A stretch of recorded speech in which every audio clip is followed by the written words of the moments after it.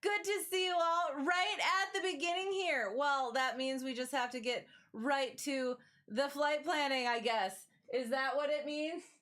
Let me double check, make sure I'm not muted and just mouthing at the screen.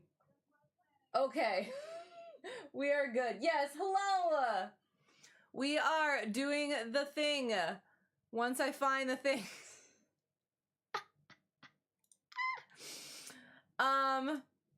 So yes, we were over at Lubbock last week and we were checking out some sectional stuff, but boom, we're going back to our IFR things.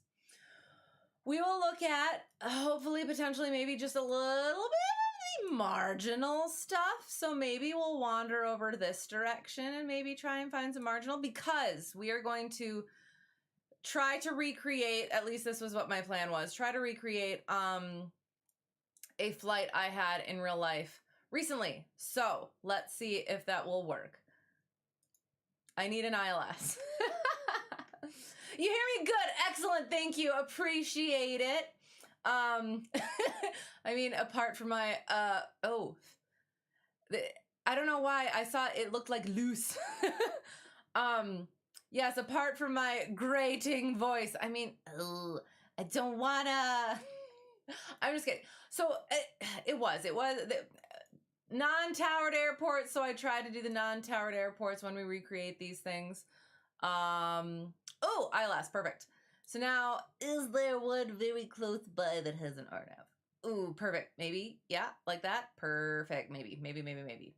So this one looks creepily. That could potentially work. Let's do this, maybe. Perhaps. Or what's this one? Ooh, but there's rain. I don't want rain. Did that say rain? It did not. Okay, we're gonna try this one. Hello! And Cross Hyperu, thank you for the raid. How is it going? How was your stream? What were you doing? And welcome. Good to see you. Cross is the same idea. Yes, exactly. Hello. Oh, I have to look at that. That's so cute. Hi. We are getting to the flight plannings. Yes.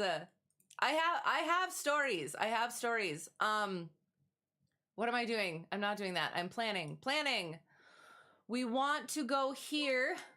Oh God. Okay. Temerson, thank you for the follow. Appreciate you putting up with me and my shenanigans. There hasn't been too many shenanigans yet. However, to be continued. Actually, we need to swap these. So go like this, and then we're gonna go like so. We're gonna go like so. Nope, that's not how I do it. There, and here, and there. Perfect. I think, maybe. So yes, there is a reason we're doing it like this. We'll get to that. You flew the 737 MAX 8 from MKE to MCO. Excellent. How did it go? That sounds fun. I'm gonna look, see. MKE and MCO. See, that's like another thing is I don't know planes and I don't know airports. I should, but I don't. I know exactly what I need to know when I need to know it. Ooh, it looks like a pizza slice. That's so cool. Why did you decide to do that? And you were working Indie Center today where you basically didn't get to stop talking for 2 hours straight. How's your voice? Are you drinking that? Is it like lemon water? Is that good for that? Or like tea with honey in it? Are you a tea with honey person? Dang! And how did that go? Was it busy? I mean, I assume. Is it a busy type of day? Are there like certain days that are busier than others? And I assume certain times a day, but you had some tech issues. It happens, but overall the flight was great. Excellent. Milwaukee and MCO is Orlando. Very nice. That sounds fun. It was a Southwest flight. Nice. Do you typically do those sorts of flights? And it all depends on what VATSIM events are nearby. Okay, sounds good. Interesting. I do need to get back into the VATSIM. I know. But We're gonna get there. I do. I want so partial story time, so that like yes, I will be getting back into hopefully like other stuff than this stuff. So including that sim. Had lesson with Friendstructor finally, and we worked on some stuff, and he did ultimately say he would feel comfortable signing me off like right now. I was like, no, but thank you, that's helpful at least, to like make me a little bit more what is it called, it's nice to hear that. Kithrick, thank you for the subscription. Hibbity hobbity hi-yo there. Hi-yo. I like the hobbity in there. Hobbits. How's it going? Thank you. Appreciate you so much. I hope you're well. But yes, like that's it makes me feel like I could potentially be done with the CFI or the double I soon. I'm sorry, chicken. But like I don't want to get too like I don't want to get complacent, I guess, is what I'm kind of getting at. So that's kind of it made me more comfortable. It made me feel like okay, it could happen soonish, but also I don't know. And then yes, hopefully I'll be able to be more aware of VATSIM events and things as well. But I'm glad that went well. Mainly short, medium haul flights. Nice, excellent. That sounds very fun. What's a crackin' malackin'? We are working toward our flight. So yes, so lesson that I did with Friendstructor, we'll go. There's stuff beforehand. However, the flight that we did was I had to fly from my airport to his airport where he lives, so he doesn't have to go as far. Landed there, story of its own, and got there, and he had only like a little bit of time. So we had to get to it. So quick went in the FBO, was like, okay, what are we doing? We're gonna file over to here, which has some stuff, but it's like hop, skip, and a jump. It was marginal weather, so we were gonna get some actual. So filed it, and then we're basically going to take off, and then we were going to pick up IFR in the air for reasons, as well as to make it not as take as long. So so hop, skipped, and a jump to do the ILS at that airport. So I filed, and then I looked at all the stuff. Where were we looking at? 5 Bravo 2. So we look at, boom, 5 Bravo 2. And 5 Bravo 2. Departure procedure. Climb heading 5-3. So heading to 1600 before proceeding on course. Runway heading 1100 before proceeding on course. 23. 233 runway heading to 1100 before proceeding on course. And then 32 for climb and visual conditions. Cross Saratoga County Airport at or above 1800 before proceeding on course. So, and that is the thing. So if we didn't pick up clearance on the ground, so technically we're taking off VFR, and then we are, so good to look at, but not necessarily needing to adhere, question mark. So there's that. Then we'll look at our ILS. Where's that? Boom, boom, boom, boom, boom, boom, boom, boom, boom. ILS, localizer runway 1, Floyd Bennett Memorial. It is up to date, it is correct. It is up to date. Localizer 110.7, approach course 12, runway length 5,000, touchdown zone elevation 324, ADF required, or GPS. Circling not authorized, irrelevant, category D, circling runway 1230, not authorized at night. In-op ALS increase, irrelevant. We got our little cold temperature airport thing here to keep in mind, but I don't believe it is very cold. So negative 19 degrees Celsius. Let's see. Are we negative 19 degrees Celsius? We are not. Looks good. Amazing. Okay. Got our frequencies. So we're going to be coming this way. To our... See, this one's a little bit of a tricky one. I might kind of fudge it a little bit. Let me see. Oh! Or, shoot. What's this one? We might actually do this one instead. Perfect! Oh! Words, I can't say it because I'm a lady. Because that puts us right there for our initial approach fix. Okay, redoing. Rewind.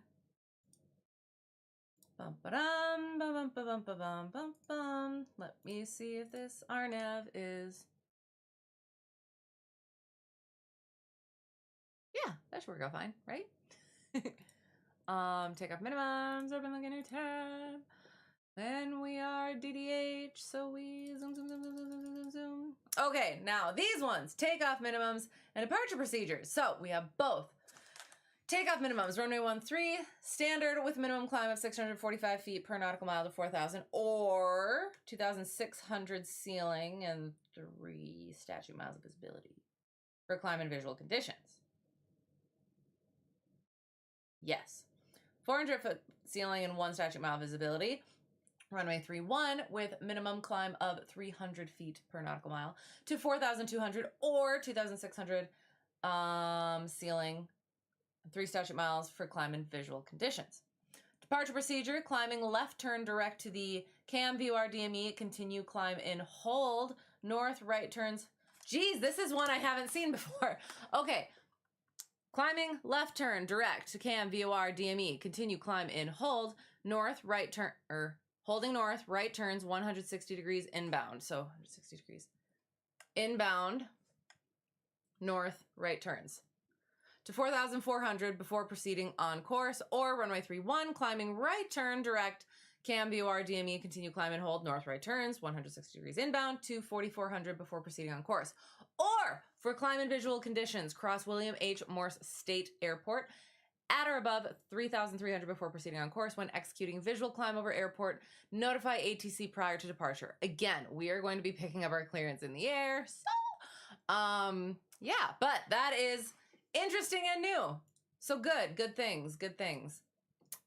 So back to this. We are coming from this direction. We're going to do, so we're going to file direct to the airport. And then once we request, we're coming just off of here. We're going to be climbing. We're going to pick up our thing. And then we're going to request directly to, it said it's Cambridge VOR, to, do the ILS 1. So yes, again, this happened in real life. So that's why we're doing it again, recreating this madness. So 3,200. So we're going to file probably 3,500. And then they'll potentially try and give us 4,500. Or yeah, I'm trying to remember. I think I did. I think I thought I'll double check. I think I filed 3,500 and they gave me 4,500 before we requested the approach. And then, yeah. Or sorry, 3,000, I guess. Filed 3,000. So, yeah, so I guess, we'll pretend we're doing that. Or we'll do 4,000 and they'll tell us to go to 5,000 and then we'll end up, yeah, over here somewhere. So, yeah, we're going to come to the VOR and then we're going to turn and then we're going to 3,200 no procedure turn. So then we're just going to go straight in and then, where does it say? 2,000 and then down. So 3,200 and then to 2,000 to our glide slope capture at 2,000 and we'll follow the glide slope down to 524. FAF to map is 90 knots, so 312. looking for these lights are A5 and a Pappy. And if we were to go missed, climbing straight 900, right turn 2100 to Gansey. Locator outer mark. And hold. Yeah, excellent. All right. And then we'll be taking, we'll do that stuff. We'll be on the ground. We will cancel, and then we will flight plan, and our flight plan will be our RNAV to 1. And we're going to do the circling approach. So, circling not authorized southwest of runway 1331. So we will go north. So we're coming in here. They don't want us coming down here. Hello, hello! Thank you for the follow, 4CJ Aviation. Appreciate you. Just going through all of the tedious details at the moment, but that is what we do. So yes, appreciate you putting up with me and my shenanigans. So we ended up doing a circling approach because, again, so the first part of our lesson was basically, can I fly the thing and be in IMC and stuff like that. So it was just doing the approach as an instrument pilot. And then we landed, and then we flight planned, and he told me what he wanted me to do. We did, we got ATP cross country. And then we did he had me teach through unusual attitudes, tracking to the VOR as well. So this will be and then circling approach. So that's why we'll do the circling approach to land on 3-1. So again, that's what we're talking about here. Circling not authorized southwest of. So we're going to do a right pattern to 3-1. Good to know. Good to know. So RNAV 13, it is correct. It is up to date. Approach course 132, runway length 3700, touchdown zone elevation 818. RNP approach GPS, runway 13, irrelevant. Circling, we talked about that. Southwest, not authorized at night. When local altimeter setting not received, use AQU, altimeter setting and increase, all MDAs 60 feet. Frequencies, we're going to come to GAD, I assume. And that one wasn't filed, so yeah. No, we'll go here. GAD 4,100, no procedure turn, going to our FACSIB, and then it's 2,800 to our FEF, and down to our circling minimum. So 4,100, FACSIB, 132 to 2,800, SIBTA, and down to 2,500, 2,540. That didn't sound right. Yes. Same as our LNAV MDA. So that's nice. That makes things easier, I guess. And then we will do again, circling. We're going to turn left to do a right circle to 3-1. And if we were to have to go missed, climbing left turn to 4,100 to FACSIB. Excellent. Okay. I think that's it. We'll see what happens. Oh my gosh, you guys could see that, right? Oh, thank goodness. Yes, it disappeared and I thought that it was gone. My bad. But we're good. Okay, so this needs to turn on, this needs to turn on, this needs to turn on, and then we'll get the sim up. Wait. Okay. Working. Little nav map. Jupe. Not exiting out of track IR this time. Microsoft Flight Simulator. All right, so as that loads, we shall go over. Yeah, let's figure out what we've done. Since when? When did last we speak? Let me look.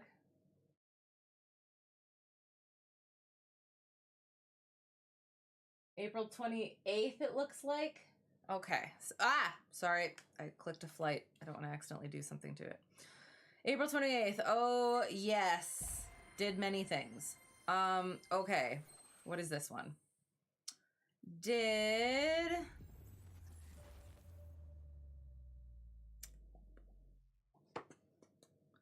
Get both my logbook and my schedule to cross-reference this stuff. Okay, so my pre-check ride private student had some solo time. He went and practiced. What did he tell me that he practiced? He said it went well. So that's good. I don't remember what he practiced. Yeah, he did some stuff. It was good. Worked out. And then the next time, post solo private student, we went over his navlog to, just kind of make sure that he's doing stuff correctly, because we're working toward doing our together cross country stuff. So went over that, and he didn't input all of like the stuff into the boxes and whatever. So I may be being a little bit picky, but I want to make, I want the work to be put in now so that the mental stuff is in there from now and beyond. So yeah, I told him to do it once we kind of plan when we're gonna go, do it again and make sure you actually do all of the things and have all of the things in, all of that data down. So then after that, we went and did more towered practice, working towards getting his his solo tower stuff. I guess I can put the sim on so that it's not just clouds. Where is the sim? There it is. Boom. All right. So,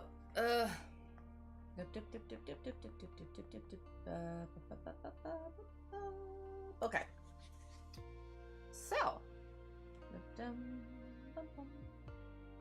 So yeah, tower tops, crosswind takeoffs and landings, as well as apparently discussed ADM stuff. Some aeronautical decision making. And yeah, reviewed his cross-country navlog. And then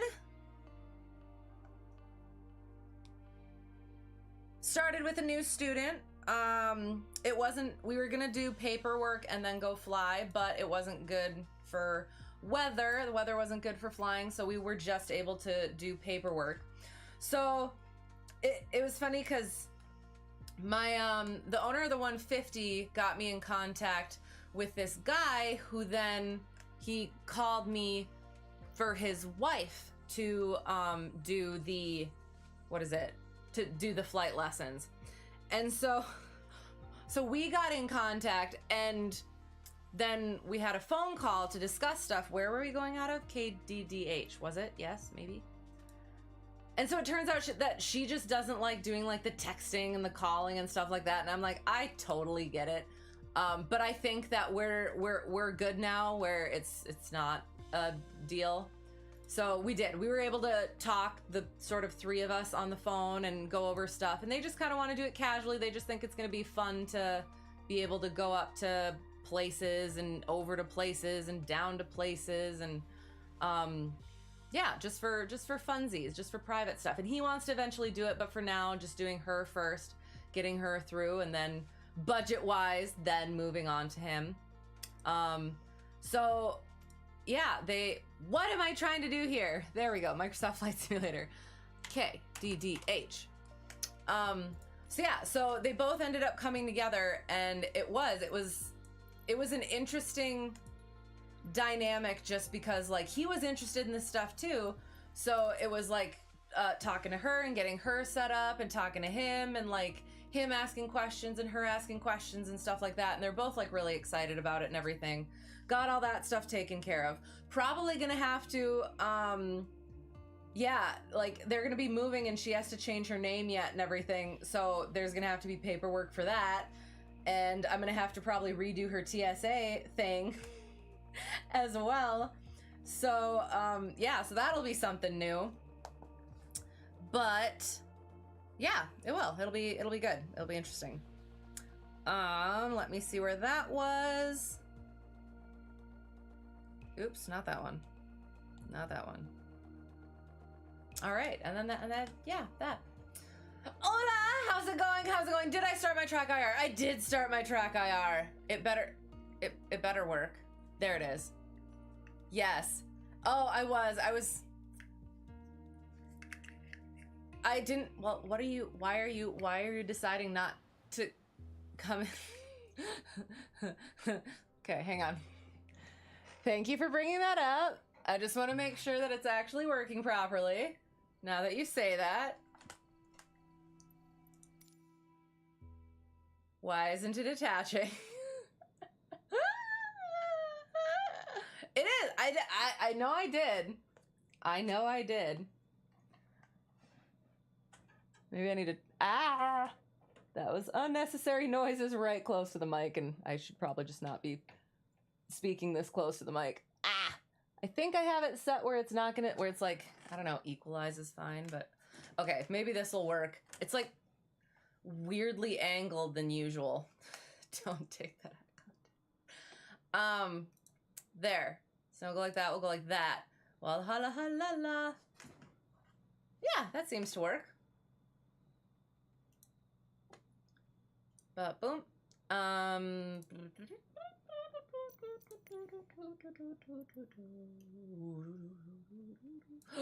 my god, I'm so excited. Sorry.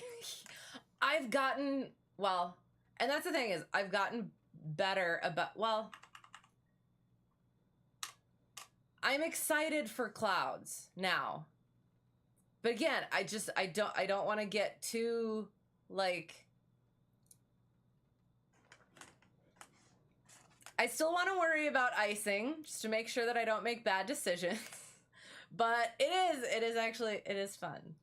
So, yeah. It looks to be working, yes, for now. Knock on wood, knock on all of the wood. Just so long as I don't accidentally exit out of it again. Ugh. All right, we will get to the pre-flight and then we'll, yeah, get back to all of the, oh yeah, because I think that's when that story comes in. Yes, it is. Yep. So yeah, pre-flight. All right, so I'm gonna take this off so that I can see things. Battery, so electronics, liquids, flow. Again, it still works for me.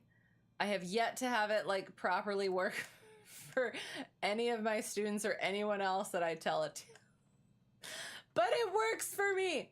Electronics, liquids. So electronics includes the, that's the wrong button. Electronics, liquids. Electronics first. Sorry.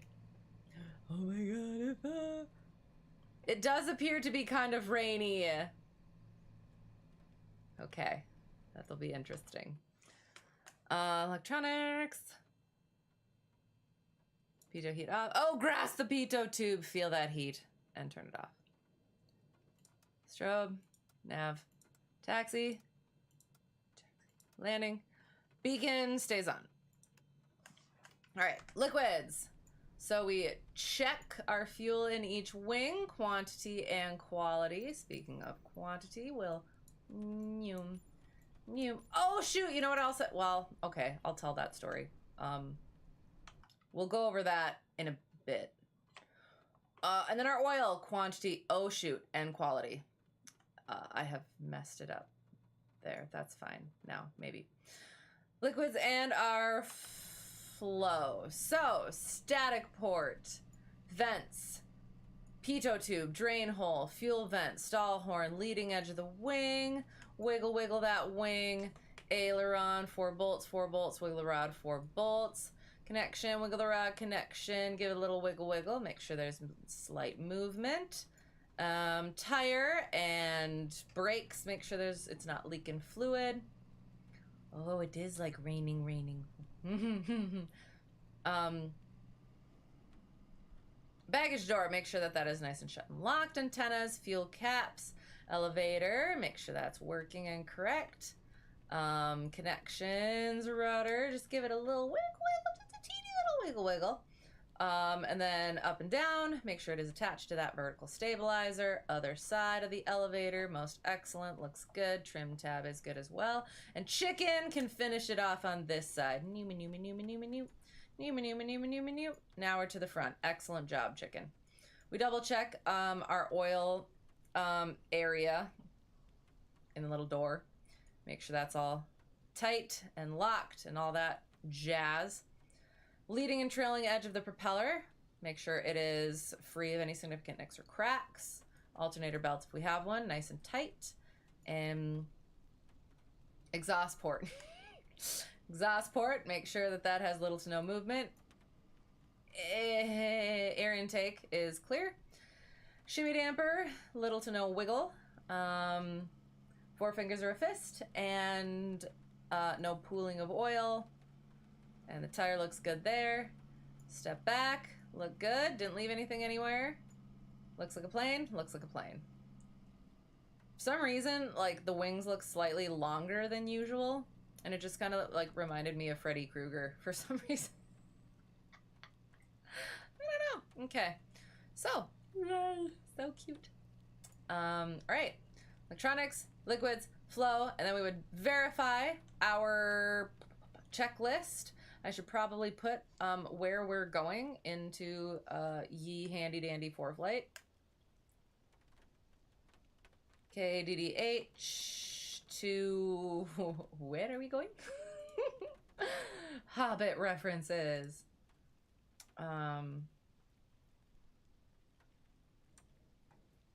Oops.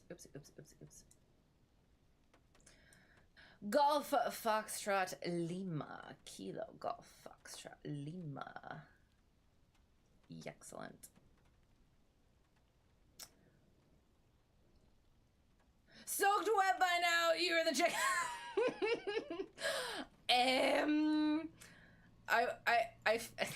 I feel like that was in response to something that I said, and I don't want to make further comments without being fully sure of where that did come from. Yes. Or no. All right, now I'm weird. Okay. It's raining. Oh, yes, the rain. Absolutely. Yes, the rain. Chicken is soaked. Yes, but we still do our pre-flight. We do our pre-flight carefully and thoroughly, regardless of conditions. Yes, that. Whew. Most definitely. Verify the checklist, and then we double check. Did we use the plane as a table? Fuel caps, chocks, tow bar, ties, chocks, tow bars. Final walk around, controls, baggage door, oil door. Looks like a plane. Looks like a plane. Woo! See, it sounds bad. It shouldn't, but it does. Saki chicken. He is. Never mind. He's perfectly fine. Perfectly fine. Yes, we shall see. This is potentially a little bit more weathery than yeah, it's definitely more weathery than what friend instructor and I had. But we'll deal with it anyway. So, we're in the plane. Fuel is on. Trim for takeoff, circuit breakers, ba-da-la-da-la-da-la. Stereo cockpit, no talking during takeoff and landing. Seatbelts on at all times. Exit out the doors to the left and right. For now, make sure they're shut and locked. If we were to lose power on the rollout, we'll stop on the runway. If it's after takeoff below 1,000 feet, we'll land straight ahead. If it's above 1,000 feet, we'll consider making a turn back to the runway. We'll check the weather, see what the wind is doing. Well, I'll just quick look. It's calm, so we definitely could just turn back around. Okay. Yep.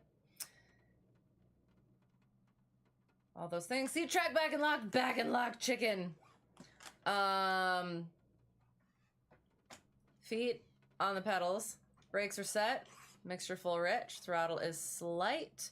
Clear left, clear right, clear ahead, clear back. The jokes write themselves, absolutely. But I can't say them because I'm a lady.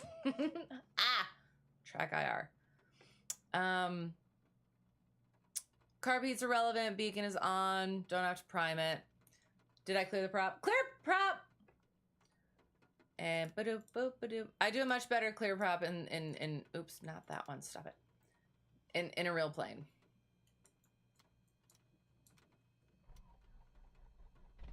I have taught my students and made my students, you must do a hearty clear prop.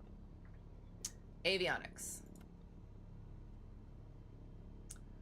Taxi light, nav light for now, strobe light, don't need that, blah, blah, blah, blah, blah.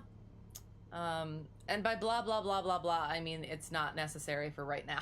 We will get back to it. Okay, so there's that. Looking good there. Green, green. Good for now. We'll get our flight plan in there.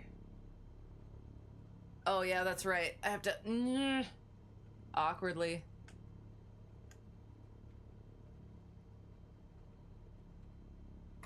There. Okay. Flight plan, flight plan. We're going from DDH. Oh, I was hoping that my keyboard worked with it. I think we've tried that before.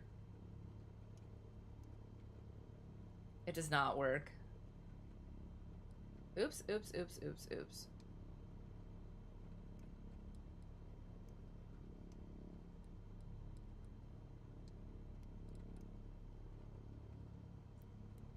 Two. Whoopsie.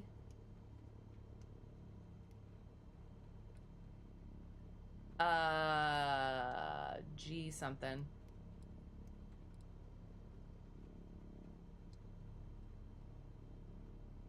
FL. Foxtrot. Lima.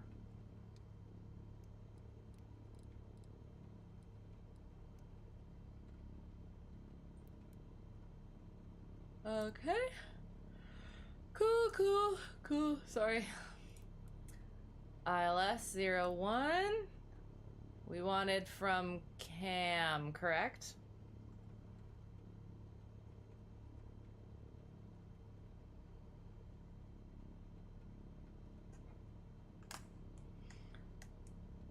You always feel self-conscious yelling clear prop, but you still do it. Oh yes, honestly, just do it the wildest way that you can, and you'll get so used to feeling weird, it won't feel weird anymore.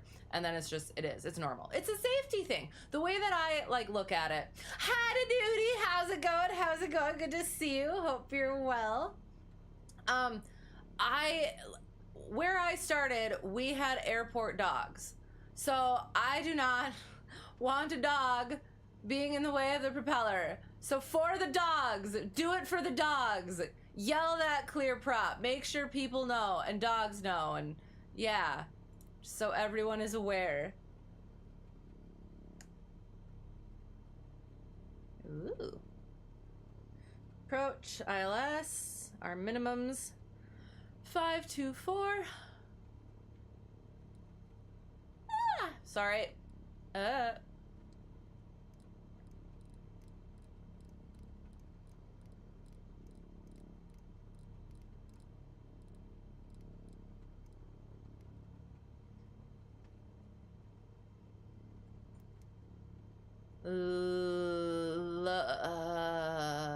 gonna load it, and then it's gonna activate it.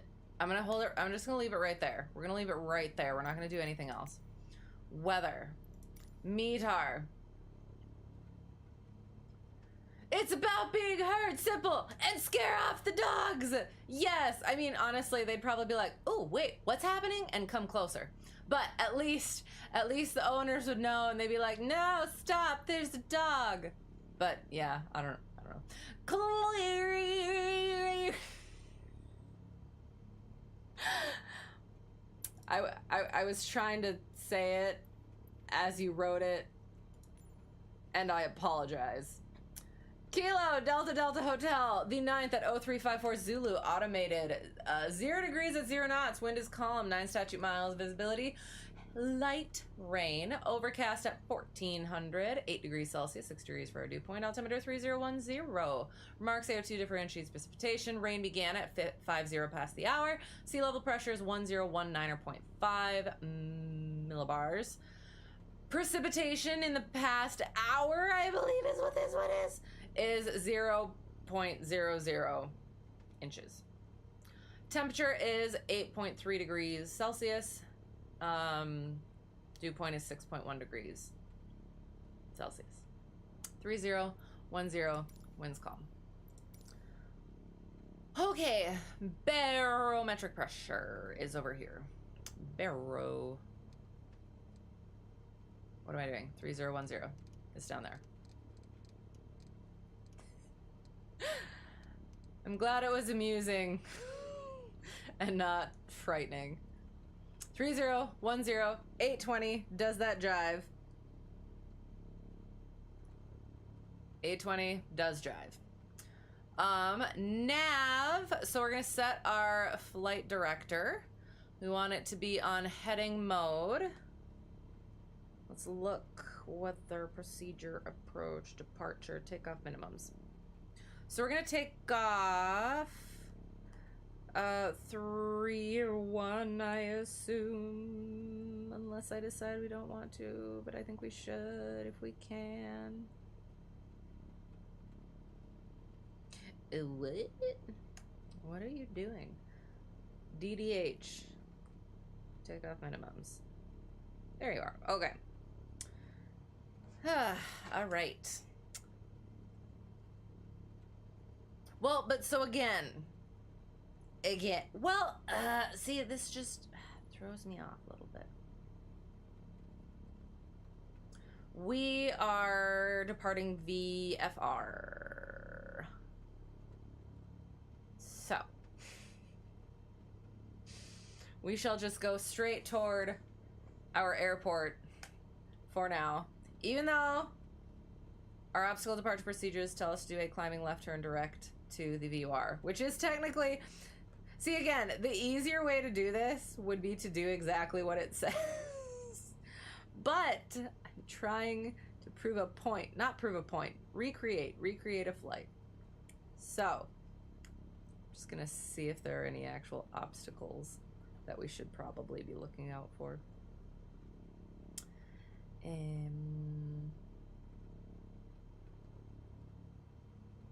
Does not appear so. Cool. Cool.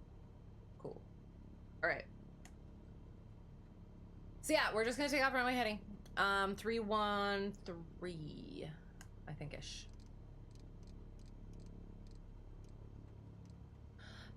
So I do have a question, I guess.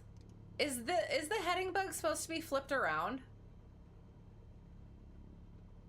Or is the doghouse supposed to be like that? Oh, that makes sense. Never mind. Yes. For instructor and I went over like more detailed stuff on here, and I've done that stuff before, but never like practically and consistently to really get full feel for it. So it was good. And it is good to keep on working at it. What am I doing? Altitude. We're going up to, we filed for 4,000 is what we're telling ourselves. 4,000. Actually, we're just gonna file 3,000. And then, yeah, recreating. Bum, bum, bum, bum, bum, bum, bum, bum, bum. I think we like 85 knots. Actually, well, shoot, and I probably, you know what? We might actually turn the autopilot off for this first leg and make me do it on my own. Because I'm probably going to have to level off before we actually get into the clouds. Until we contact ATC. Nav, heading. We set all of this stuff. Course. Okay, so that's fine for now. If we... I didn't set the course during my in real life flight, so I'm going to leave it there. For metric. Range, direct menu, all that stuff. Okay, so we're set there. Feel like I'm missing something, which I probably friggin' am, but we'll see what happens. We'll see what happens. Okay. All right. Okay, we'll see. Got that. We're gonna leave that. We're not gonna load it yet. That's the wrong button. Nope, not doing that. Resume. Okay. Sorry. Wrong button again. God, I'm so good at this. Such a professional. F9. There we go. Okay, let's do the thing. Oh, and I guess we'll go. All right. Yeah. So we're departing VFR. We're gonna pick up our clearance in the air. We're gonna go. Oh, I should turn on my this thing too. Plane time! Yes! It is the plane time. Oh. Our flaps can come up too. That would be a good idea.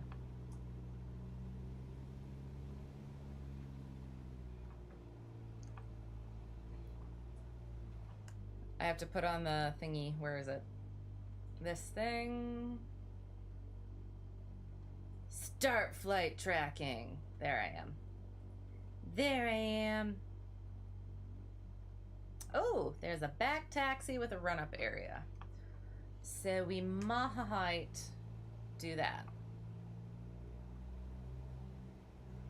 Let's.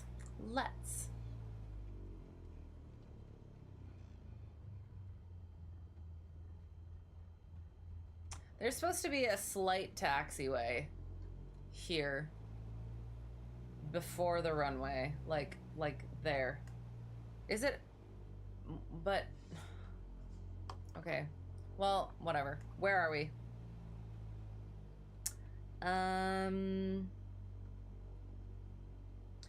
Bennington traffic. Cessna Hotel Tree 1 Delta 1 back taxi 3-1 Bennington. Oops, sorry. Clear left, clear right, and clear ahead. Ugh. Approaching runway 13. Oh god, wrong button, wrong lever. I about cut my mixture. Runway 1331. Promise, I haven't done that in the plane. I don't know if I told this story. One of my students, actually a pre-check ride private student, we were doing pattern work, and he does, like, when we start configuring at the threshold, he does like the full check, and part of it is like mixture full rich and like putting the flaps in and stuff. And he said at one point, like, he literally had a moment where he almost pulled the mixture instead of like doing flaps or something. Like, he caught himself, and then like he did. He told me, there's supposed to be a run-up area here. Gosh darn it all. Gosh darn it all and a half. And that's one of the things, because like he's a really good pilot so far, and like I feel good about letting him do the things, and I often forget that he has solo time scheduled because I don't worry about it. And like I've definitely heard the whole where the ones that you trust the most are going to be the ones that scare you the most. So I'm trying to make sure that I don't like yeah, let myself get too comfortable. But yeah, that was one of those moments where it was like, oh, what I mean, I would have put it back in the mixture. I would have put the mixture back in, I assume, I hope. But yeah, otherwise, I mean, we were in the pattern, so power off 180, I guess. So you have only almost cut the mixture in real life. Story time. yeah. I mean, it is. It's just, and then okay, and then there is another thing. I'll get to that one during another story time. But I don't know. It's just one of those things like where you think like how would that ever happen? But yeah, that makes sense. Never thought about that. Yeah. Yep. It is. You think like, oh, would never happen. It will eventually. We'll see. If that's as close as I can get, or if that's as close as I do get, I'm okay with it. All right, run up. So, fuel is on, trim for takeoff. Our flight controls are free and correct. Free and correct. Free and correct. Wiggle, wiggle. All of our instruments look normal. Airspeed indicator is 0. Altimeter is correct. Vertical speed indicator is 0. Heading is correct. Attitude indicator is plus minus 5 degrees in any direction. Why is that going down? Flight director is freaking me out. All right, run up. Oop, that's probably a bit much. 1700. Green, green, green, green, green. Mag check. All right, I'm gonna start doing 1, 2. Good drop. 2 back. And 1 forward. And back. No carb heat to check. We checked all of our instruments. Battery's good. Good. Idle check. You grabbed it doing stalls, you think, and you didn't look down, but luckily you felt the difference in the knob. Right, exactly. So can I ask, like, about where-ish you were in your training? Like, what, were you pretty brand new, or that kind of makes it... That seems to me like you're a bit further in where, like you said, you felt the difference in the knob, and it was, yeah, kind of tipped you off there. Your role is to avoid them trying to kill you and be as quick as possible. Right, exactly. But like it's so nice to be able to, like, yeah, have the students where it's just like, oh yeah, I know they know what they're doing. They're conscientious. I've taught them. They're my little chicklings. They do what I do now. But then, yeah, you never know. You never know.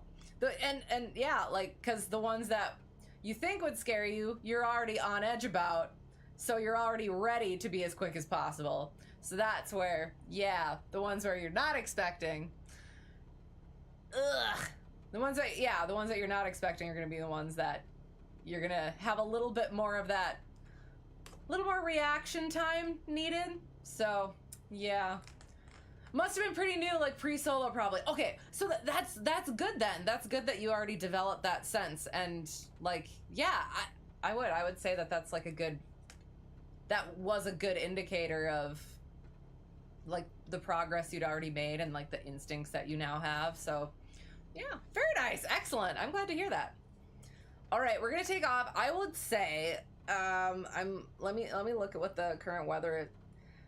It is apparently VFR. 0 degrees, 0 knots, 7 statute miles, scattered at 1400. Well, that's what it says. So yeah, we're gonna take off and we'll stay outside of the clouds. We'll contact, who are we contacting? We should probably figure that out.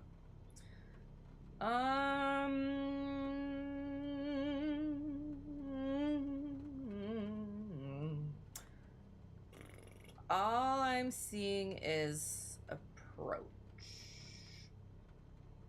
But then guess what? We should probably check our AFD, shouldn't we?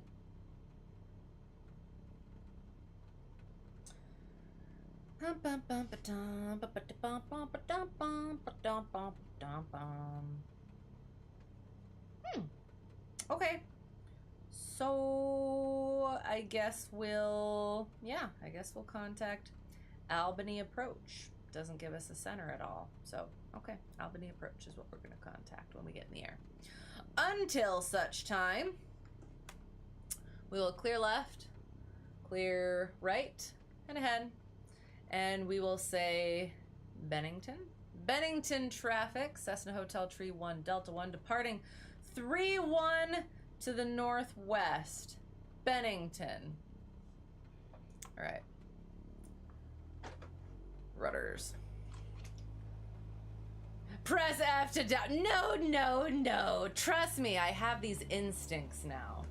Oh, wait. I mean, but I guess I can't use them in the sim as a CFI.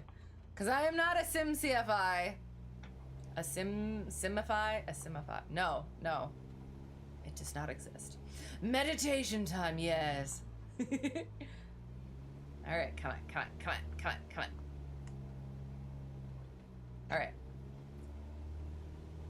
Throttle's full, hand on that throttle. Watching that airspeed. Airspeed's alive. Engine instruments are still green.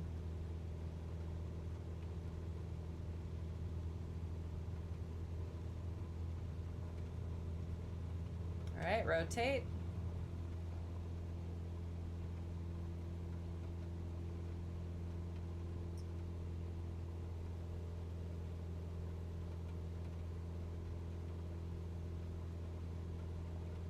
All right, so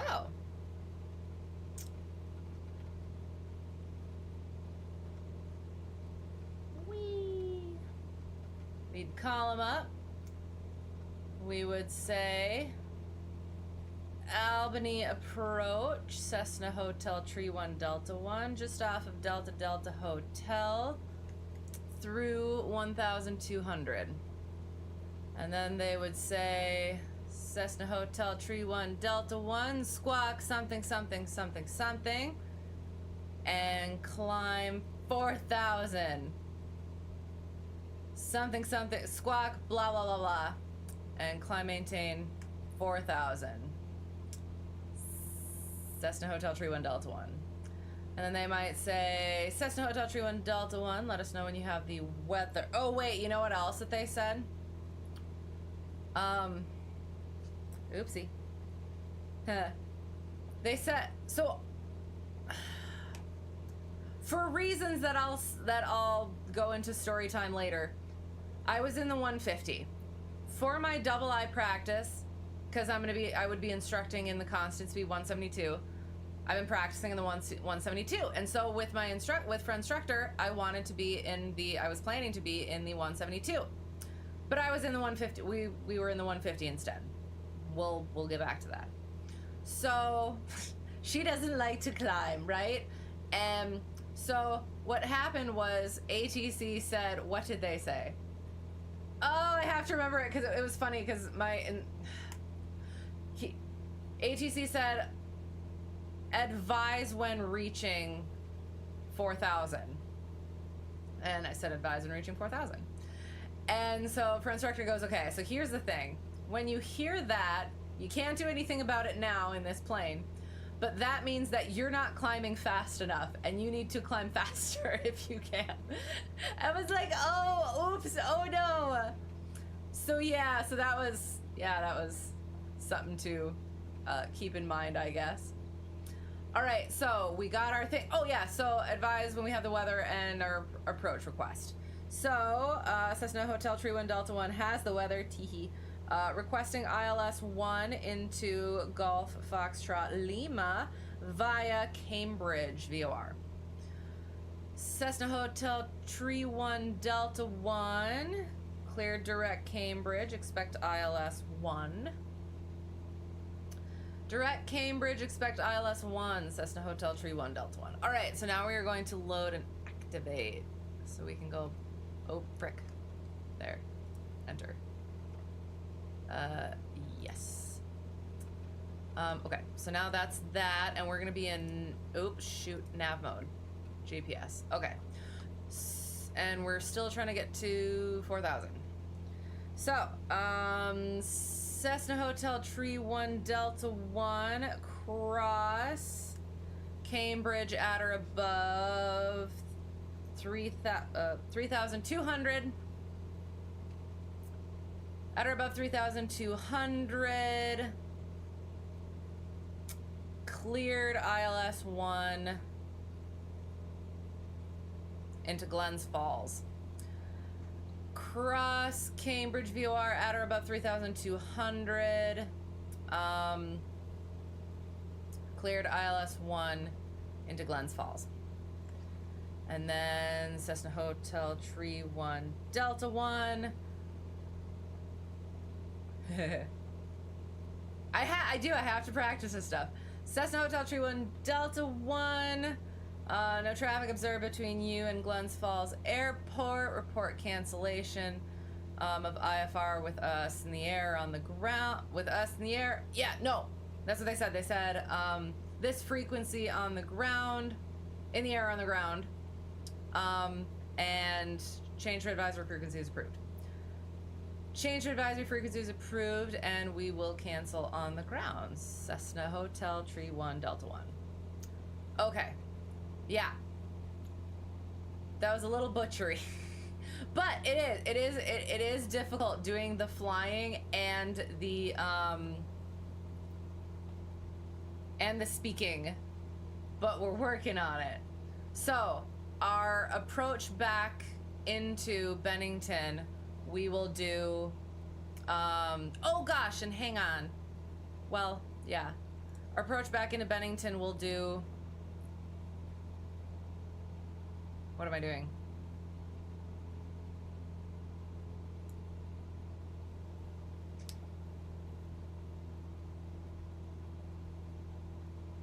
I'm gonna put it on the autopilot for a second because I didn't put the approach up.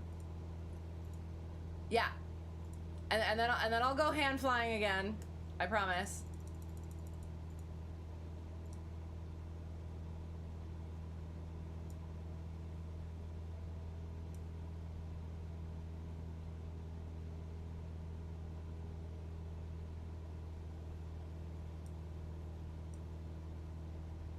Web. All right. Okay. Well, so we are actually like IFR, so I guess I don't really have. Well, actually. Yay! We'll do our little yay. Oh, look at it! It's so pretty. This is why we get our IFR ticket. And practice it and stay current and all that jazz. Yes! Yay! It is. It's so pretty. Okay, all right. Autopilot off. Autopilot off. So. Destination ASOS is 119.925. Thank you for flight. So, weather. At what's it called? Oops.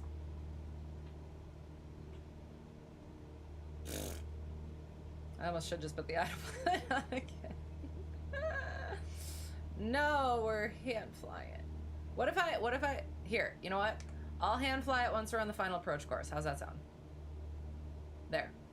Okay, so our weather, 10 at 7 knots, so 01 is perfect for coming straight in.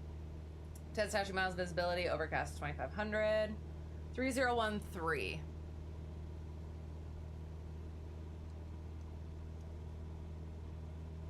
Okay. So then we're coming there. We'll have a lead bearing, and then we will make our. So we're at 3,200, or we're supposed to be at 3,200. I mean, at this point, should we? We should. We should. So I'm just gonna want altitude.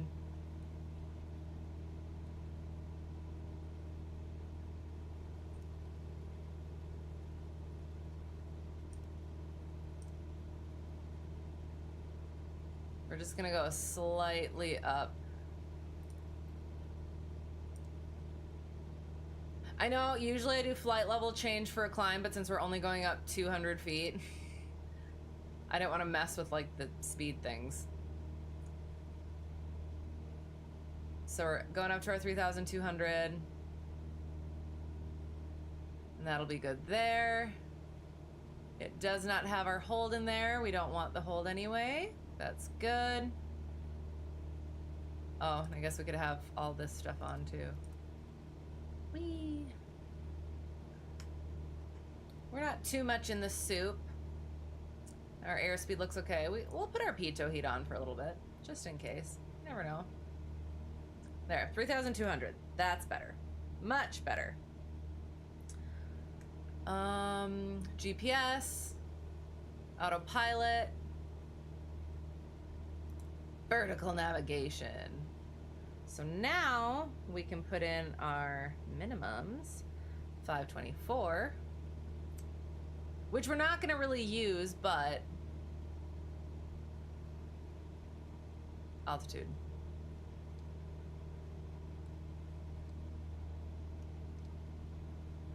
Oop, not that far.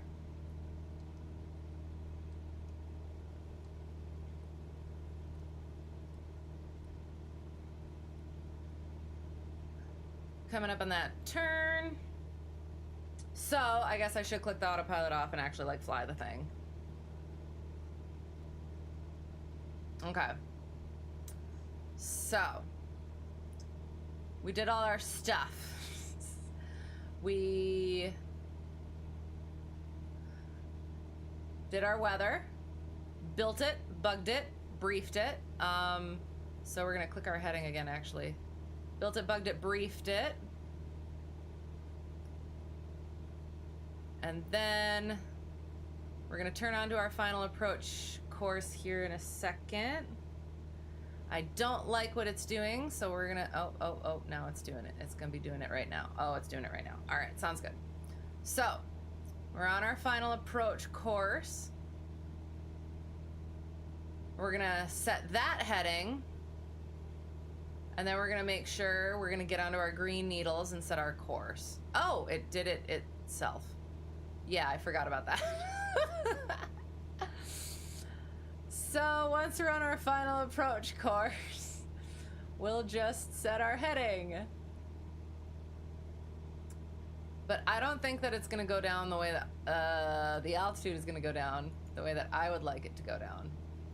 So we are going to start working our way down to 2,000. I probably should do this still. Oh, you guys don't need to see that part, but I need to see that part. There, like that. There. Okay. So, well, nah, it's okay. We'll go like that. Doesn't look like we have much stuff, that stuff there, so we're gonna turn our P2. Well, no, we'll leave it on. We'll leave it on. Sorry. Decisions. All right, autopilot off. We're gonna get down to 2,000. I'm also gonna bring the flight director off because it's just gonna tick me off. Okay. So, on our final approach course, we're green needles. Following that course. 012.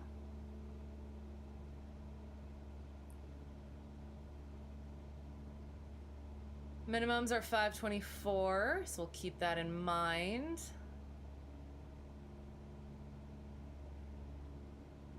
$2,000.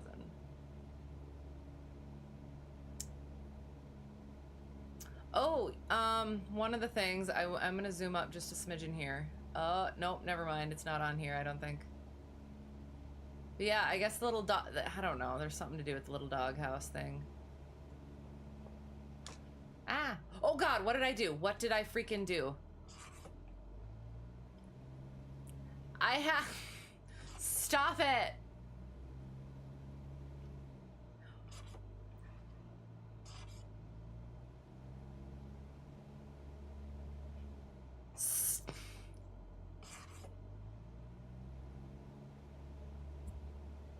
Speaking of mixtures, so I have My,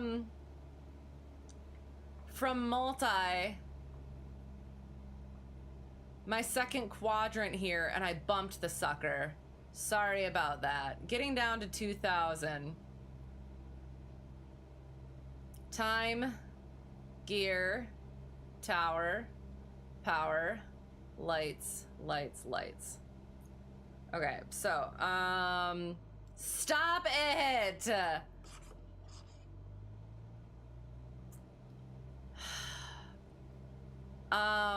What is it called? The, Glens Falls traffic, Cessna Hotel Tree 1, Delta 1, 10 mile final, ILS 1. Glens Falls. Okay, so we're working it like a roller coaster track, so we do not want to go below. Glide slope is in view. 100 feet. So we're gonna start leveling off so we don't go past. Get back on our localizer. So freaking annoying. We should be at about 100 miles per hour.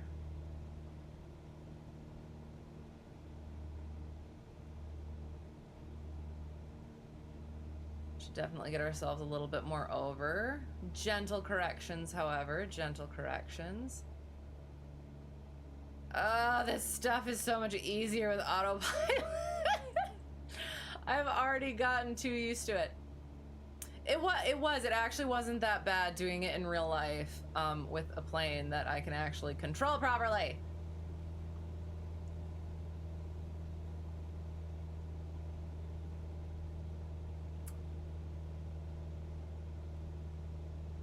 All right, our glide slope is active, but I'm also higher than I should be, for the love of God.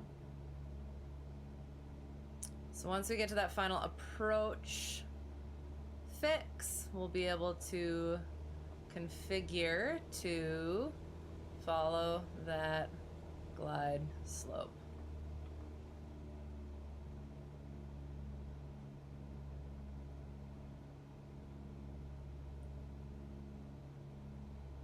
Yeah.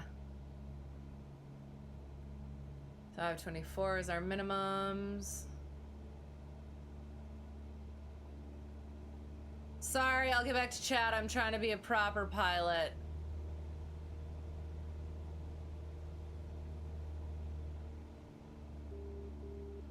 All right, glide slope and what's it called and everything. Starting our timer.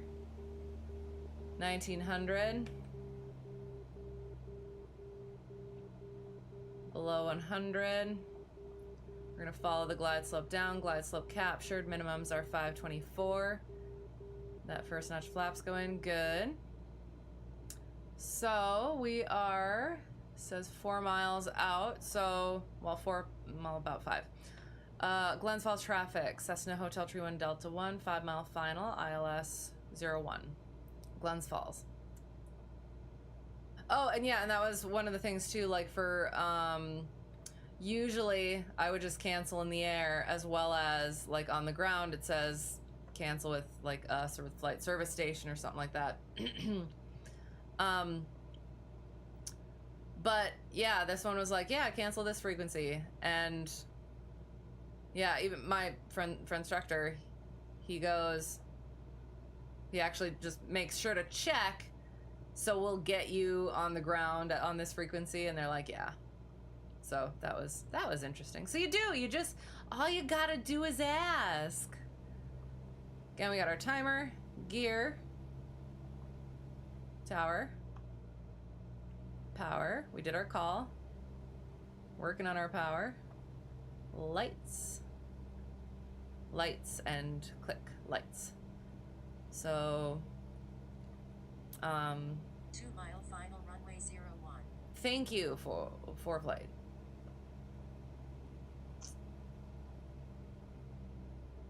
Bring that power back a little bit. Get us coming down a little bit more. Gentle corrections, gentle corrections.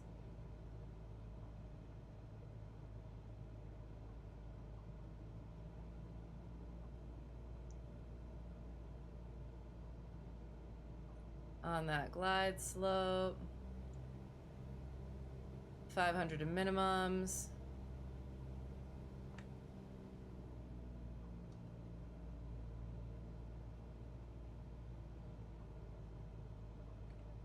Promise I flew this better. Oh, waking up my feet. 500. 200 in minimums.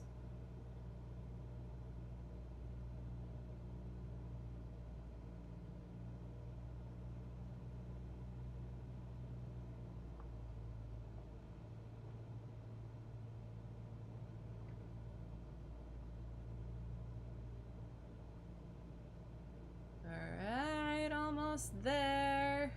Now we're gonna be, we would have clicked the lights on and then we would be looking for the lights. 5:24. Breaking out. Woo! And we're minimums and landing. Oh god. Okay, I'm gonna try. Yeah, we're gonna go like this. Ugh. Sorry, that was unnecessary. There's a tree in front of my runway. But we're gonna stay on that glide slope. Probably a little high, a little fast. Story time. About that.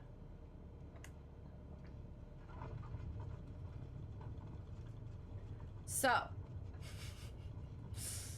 Well, okay. I'll wait. I will clear the runway like a normal person.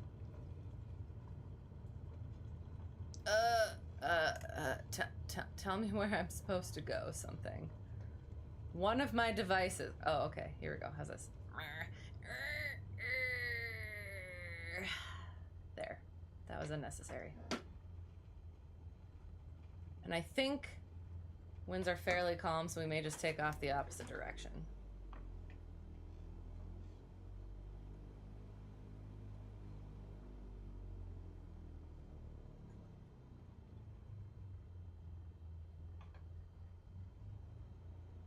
All right, Albany approach. Cessna Hotel Tree 1 Delta 1 is on the ground at Glens Falls. Cancel IFR. And they said cancellation received. Squawk VFR. Have a good day. Squawk VFR and you as well. Cessna Hotel Tree 1 Delta 1. Then we bring our mixture back. We bring our throttle back up. We turn our pitot heat off and our landing light and our strobes. We trim for takeoff. And we check chat. Sorry. All right, here we go. Coming back up. You had an experience with a 150 where it wouldn't climb up and ATC was a bit testy about it. Story? I haven't had anybody like actual like testy, but it was just kind of like a, you could tell that they were like, all right, okay, but like, okay, so when I did my first towered lesson with a student at a towered airport, and so it was a little it was a day that it was not climbing very well. And so on one of our climbs, at the time, I had been teaching, which you do, 300 feet below pattern. That's when you start your crosswind turn. So there was other traffic, and ATC was trying to like arrange them, and all of a sudden they call us up. They're like, Cessna Hotel Tree 1 Delta 1. Pauses. Are you still here?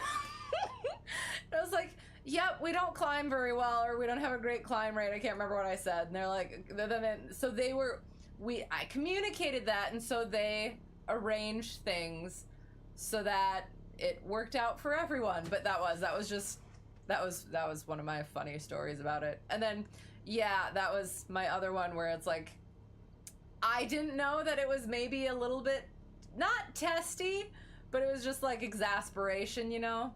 So, yeah.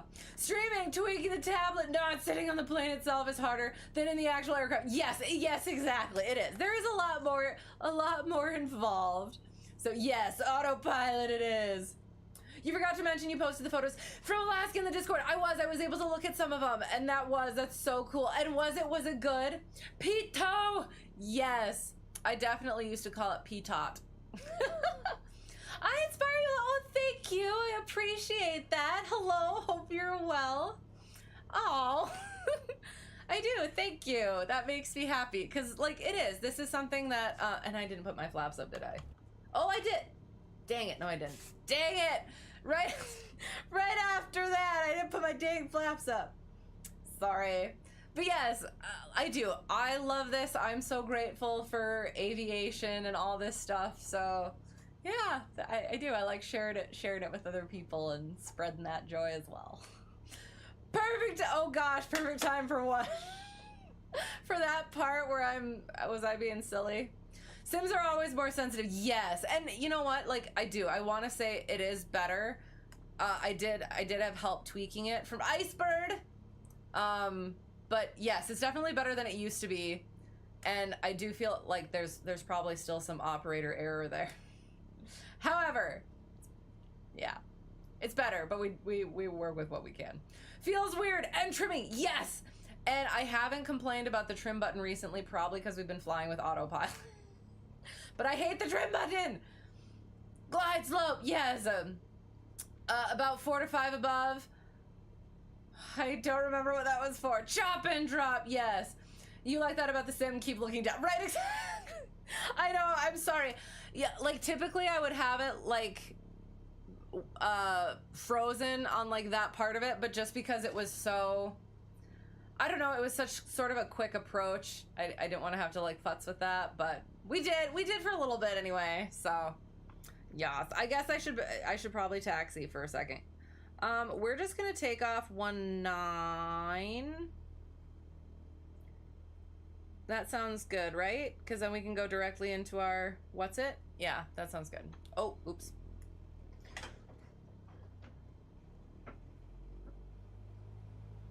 And that's perfect. Was I doing it again? I know. Well, okay, this is maybe gonna be weird. Oh, I don't like it, but okay. Oh, I guess I don't have to. Okay. Ah, sorry. I'm not used to it not.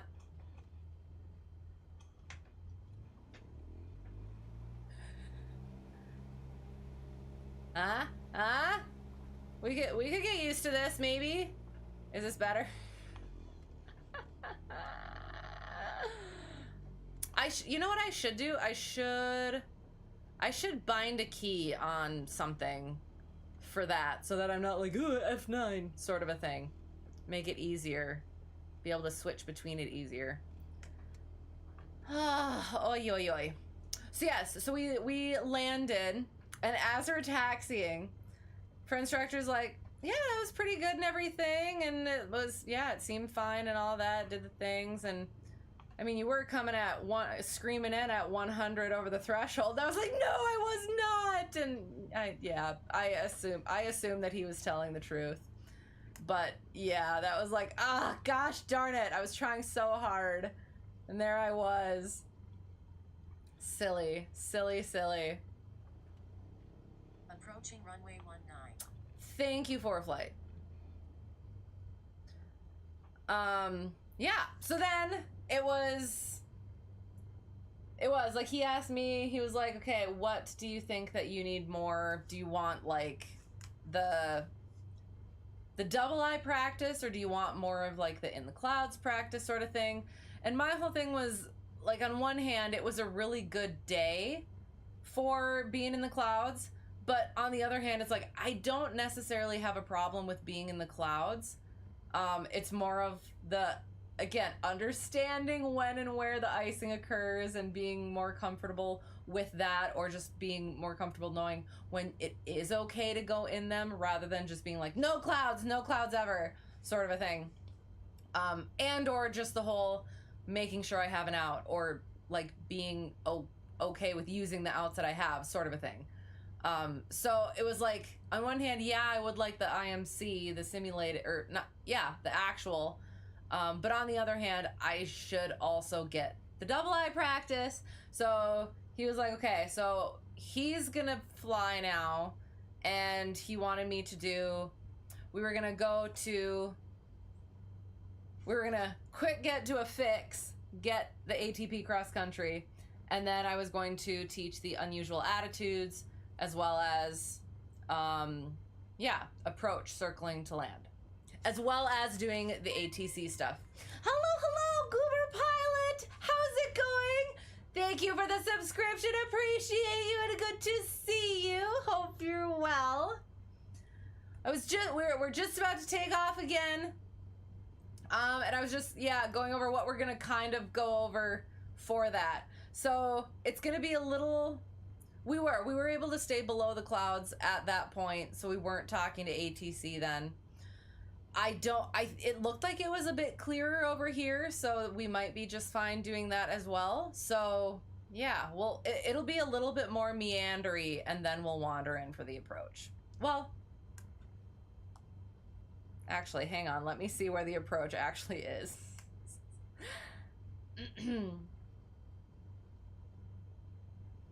Oh yeah, we got,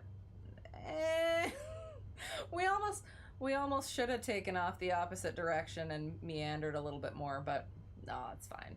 It's fine. It's all good. We won't be doing. You know, they say God gives his silliest battles to his funniest clowns. I like that. Yes. You've actually never been in actual? It's so cool.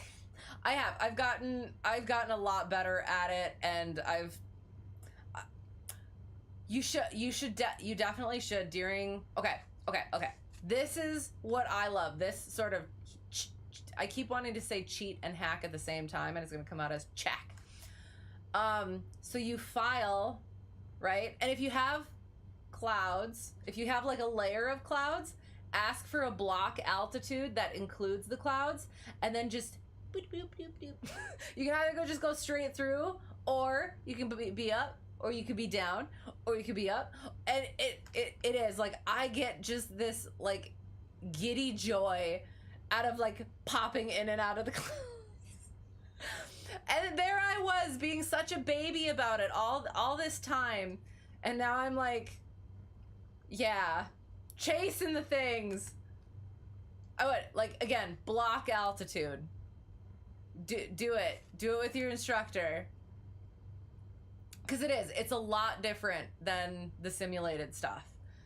The first time I ever did, the first time I was ever in actual plus doing an approach was I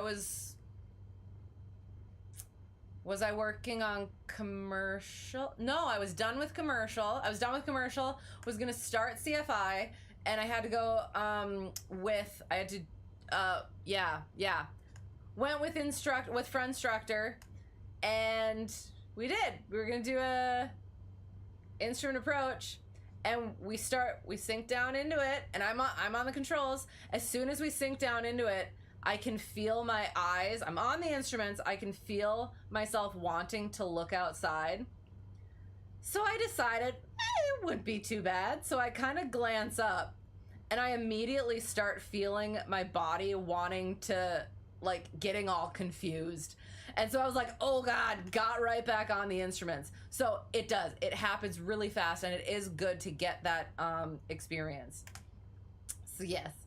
It's always either completely clear, or T storms out. Well, okay, never mind then. Forget everything that I said. Dang it! Well, again, if you get a chance, definitely take it, because I didn't do a whole lot of actual up until like recently, and it's a lot better. I feel a lot more comfortable doing it, and just it's more comfortable all around. So yeah, this isn't a 152. It is not. Well, we still have the same livery though. Whoa, I don't know, something just sounded different. It was probably because we went outside. Anyway, yes, when does your altitude control get better? You're still plus minus 200 feet all the time in cruise. It just takes practice. Be really deliberate about it. Always, like, be constantly checking your instruments. Like, be outside, of course, but always be glancing inside just to double check. And I don't know. It is. It's just being... And don't... And the other thing I could say, too, is, like... Don't be, like... What's the word? Don't be content with, like, even the smallest deviations. Correct your deviations right away before they get to that point. Just tiny, gentle corrections, just light pressures on the yoke, just to counteract whatever is, and I don't know, like, yes, trimming is helpful, but if it's if you're getting kind of tossed around a little bit, just like really gentle counter corrections for that. I don't know. That's what I think. And like, and that's what I'll say too. It takes a lot of experience and time and like subconscious awareness to not be. How do I put this without it coming out bad? To not seem like you're fully consciously flying the plane. Like, you can be doing other stuff. You're not, like, fully paying attention to, like, your instruments, like, what your altitude and stuff are. Because you are constantly aware of, like, the noise of the aircraft, like, what the nose is doing, getting all of that stuff down. The feeling of the aircraft, the sound of the aircraft, and then using those instruments to verify what knowledge you're getting from that. Does that make sense? Does that help? Does that somewhat potentially give you things to check on? There will come a time, just have to find the right day. Sounds good. Yes, definitely do it. It will be a good experience. Practice and trim. Yes, emphasis on the trim. Absolutely. Also, when do your circuit patterns become square? Your corners always look like they're prego. So, like, okay, when you say that, do you mean, hang on, do they look like bean shaped, or like the corners themselves are fat? Like, is it the crosswind and the base that are like kind of whoop? Because mine definitely did used to be very, very bean shaped, but I did eventually, I was just a lot more aware in the crosswind. I'm trying to get to the web. It was a conscious awareness, a conscious awareness to become a subconscious awareness. But yeah, so like my patterns or circuits would look like this, because I would like turn and then not crosswind correct, and then I would come back in here, and then I have the runway to be very like parallel with, but I wasn't paying attention to my crosswind and my base. So they ended up looking like this. And then again, I started being very conscious about making sure that my nose was crabbing into the wind. So then I got much straighter, those legs, if that makes sense. You want the airplane set up so that it wants to naturally maintain that altitude on its own without your input. Yes, exactly. I will say though, like the 150, the 172s, nice, stable, awesome. You set them somewhere and they're just gonna do that.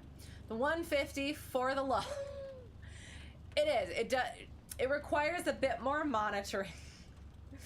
It's like I don't know. Can you say it's like a little chihuahua, and it's like you need to be guiding it, otherwise it's gonna be off doing things. And then you're chasing trim. Okay, so for chasing trim, set your yoke first. Set your yoke, set your speed, and then trim that. And then it's just tiny, gentle corrections with the trim. If you need to correct the trim. Just tiny. Yeah. It does. It eventually ends up just being just very gentle corrections in anything that you do. The tiniest bit. Yes, instead of aiming for the plus minus 100 like the ACS wants, hold yourself to the standard of like plus minus 20 feet. Yes, exactly. And don't chase, make the deliberate change and see the reaction, then tiny corrections. Exactly. They become square when you make all of your traffic pattern legs correct for wind drift. Yes. Downwind to base, and base to final. So like you're overshooting, Is that what you're saying? You always end up having to turn back. Okay, so for that, you really have to anticipate that turn. And especially for that, and this is what I tell my students, I would rather you undershoot base to final than overshoot base to final. So if you turn early, you can always squidge yourself over as you're in final. Again, you don't want to leave it at that. You want to get yourself where you're turning directly onto base or directly onto that final. But it's anticipating that turn. Because when you, okay. So, can you, hang on. No, you can't. Hang on. So, look at this box. You see this box here? Can you see my cursor over here? So this box, you want your turns to look like this, right? You want your pattern to look like this box. So you don't want to let the plane get all the way to here, to the corner, and then turn, because you're not going to make it onto this line. You need to cut off that corner. So you need to turn a little bit early, depending on what the wind is doing. If you have a really strong wind this way, then you might even have to turn a little bit late so that you end up coming onto this line. Does that make sense? Right now, hello! Right now you try to imagine how my nose is crabbing into the wind. Yeah, well, is it? I'm sorry, I'm looking at the approach plate, so I don't know what I'm doing on the screen over there.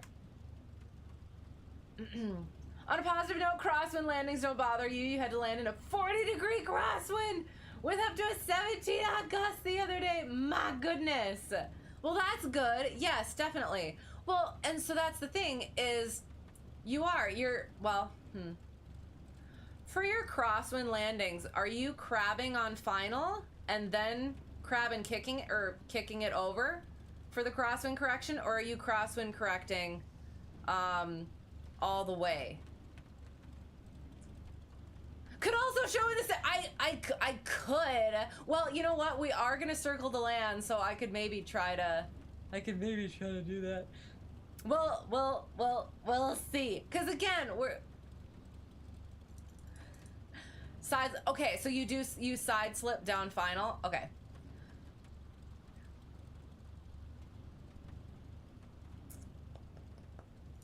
Well, now I'm trying to figure out, cause so I was taught and I teach the crab and kick method where you crab all the way down final. I need to make sure that I need to go like this. Oh, and now this moved in. Gosh darn it. We'll see. So crabbing down final. So you're flying like this, right? And then you kick it over and then side slip it for that crosswind correction.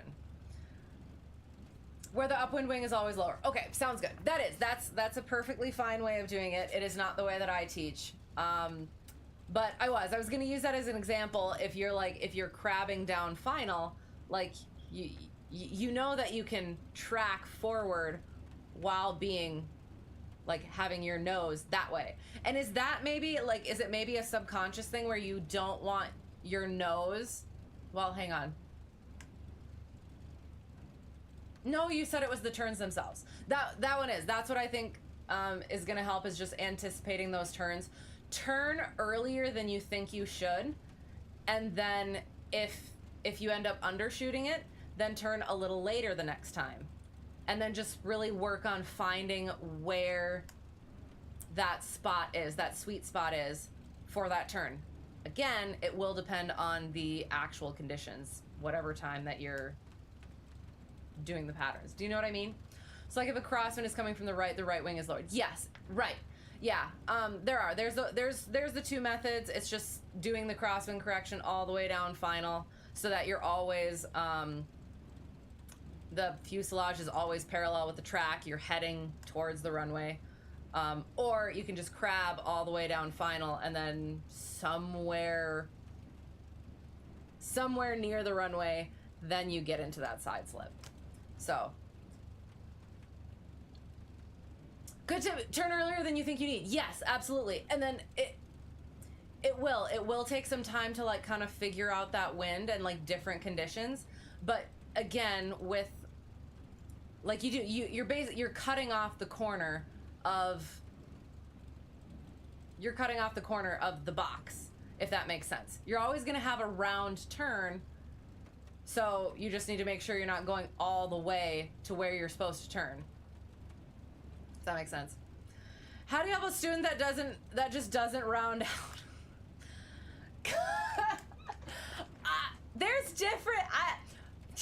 There's different techniques, but I feel like this is getting into places that I shouldn't be getting into. Up to 200 feet AGL. Hang on. Okay, well, so there's a good video that I like. Well, okay, so what do you mean round out? So, okay, there's a good video where it's your aiming point, so say the numbers. As you're if you're on proper glide slope or on a proper slope, once you get to those numbers, the runway expansion effect happens, and that's when you lift the nose, you round out, you just level off.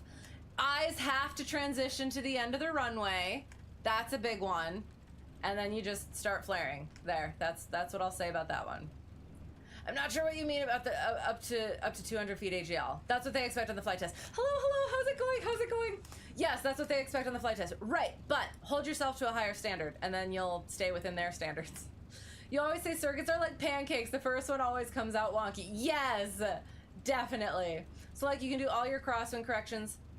Oh, okay. All your crosswind corrections until 200 AGL, then you need to be... Really?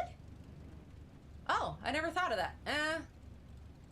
My examiner specifically uses and demonstrated the crab and kick method, where it's basically like at the threshold.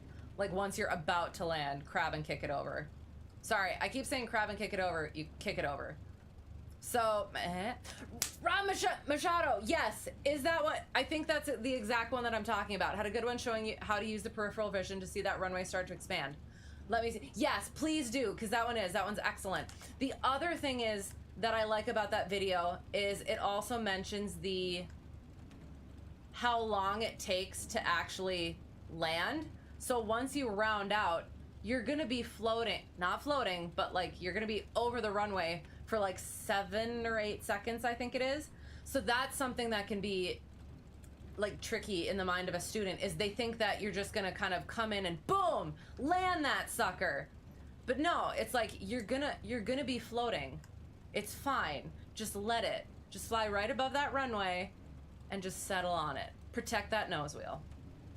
As in they would otherwise lawn dart the airplane if you didn't interfere. Are you talking them through it and being like, okay, start rounding out, or just bring the nose up to the smidgen or something? And you already sent them the Rod Machado vid. It is. Thank you. Is that one it? Perfect. Yes.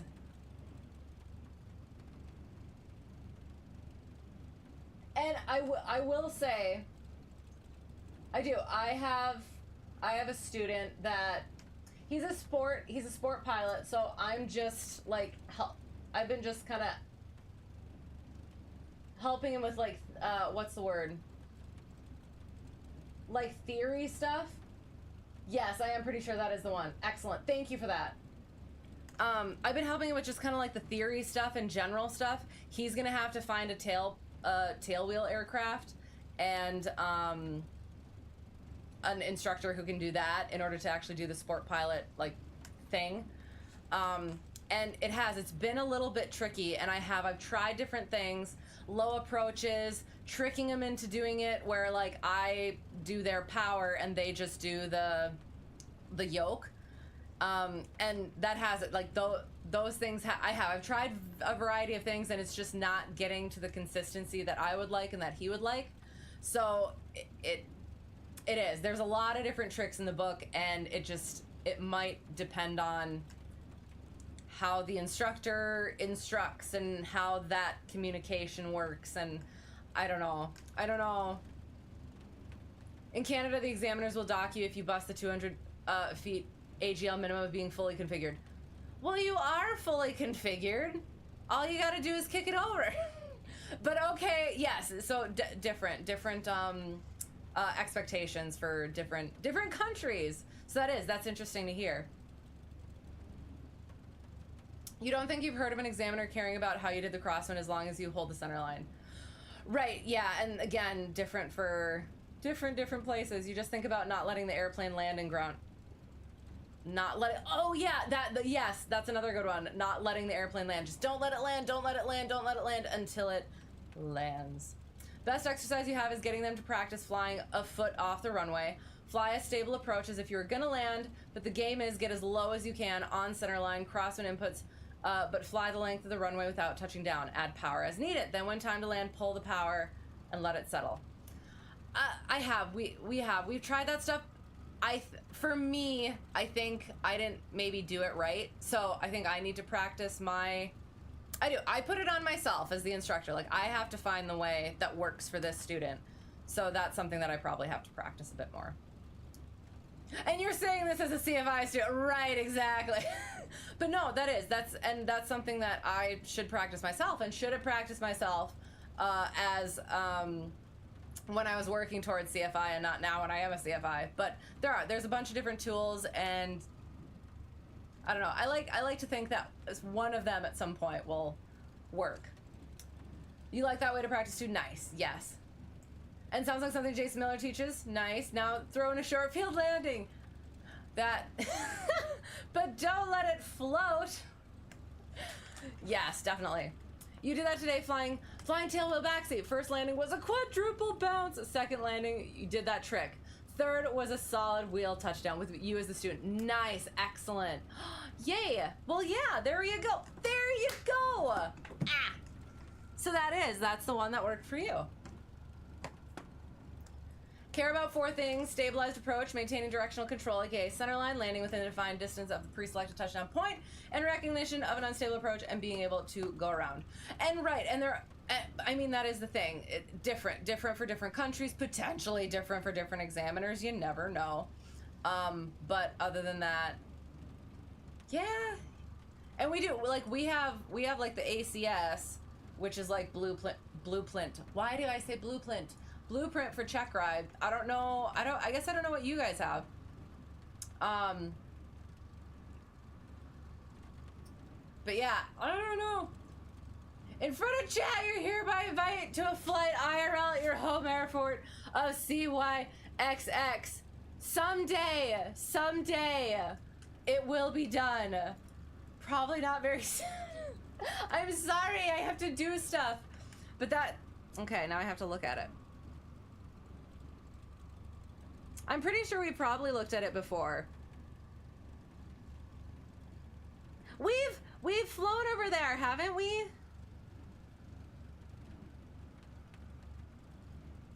Yeah, I have track art over there. That was a fun one. As long as you're on speed and in ground effect, you shouldn't float. Right, on the short field. With strong emphasis on point 4, made the difference between you partial passing and full failure commercial flight test. Now I gotta look back at the 4. Yes, recognition of the unstable approach and being able to go around. Right, exactly. The dollar is 1.4 Canadian. We have, just not in real life. Yes, so we practice, and we shall at some point. Glad it worked, but are y'all not being taught one bounce? Right, one bounce, go around, and the tail wheels. Ooh, is that what it is in the tail wheels? I have to get there at some point. That was drilled into your head. Ooh, okay. Something to keep in mind for, yeah, some point tail wheel. Yeah. Story for another day. Okay, we're gonna get back in the air. Hang on. Gonna get in the air. And then we're gonna go over the stuff that we did on the thing. Myself and for instructor. And I have to turn this back on. Make sure it's where it needs to be. What did I just do? Go away, thanks. I think I have to reset my track IR. It's just a little bit off. Oh, so I guess...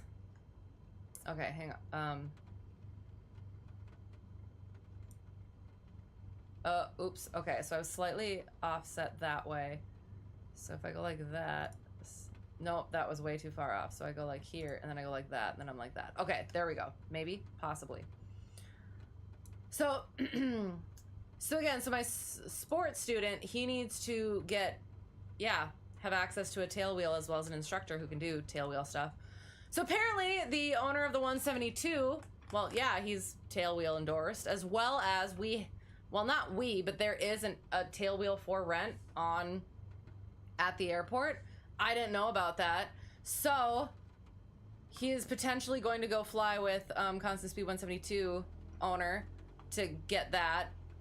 As well as I was talking to him about it, the owner, and he said, why, are you looking to get your tail wheel? And I was like, at some point, let me get through Double I first, and then yes, I would like to do that. Just because, like, yeah, at some point I do want to go back to the aerobatic stuff, and I'd like to be better at it.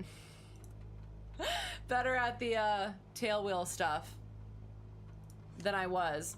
Oh shoot, we have to set our stuff. Hang on. Okay. So, oh, that's the other thing too. So, hang on, where is this? On the ground.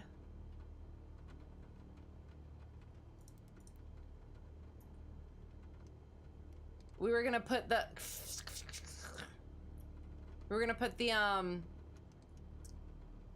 I was gonna put the next whatever in, the next approach and the stuff. And I did my usual, this thing, clear the approach, and then invert.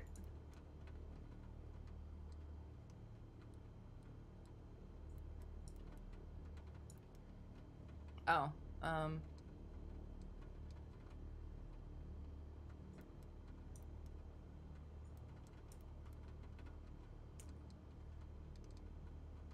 and then invert the flight plan. And her instructor's like, oh, wow, that was easy. And I was like, well, what do you mean? And he's like, oh, well, I usually just clear the whole thing and then put it back. And I was like, oh, well, look at that. I did something. So yeah, everybody can learn something all the time, every time. We are going back to magenta needles. Unsuspending. We're gonna do procedure, select approach. We're gonna go, yeah, RNAV 1-3, yes. Via Gadye, sounds familiar. I should probably look back at that. 2540, because we're circling. So.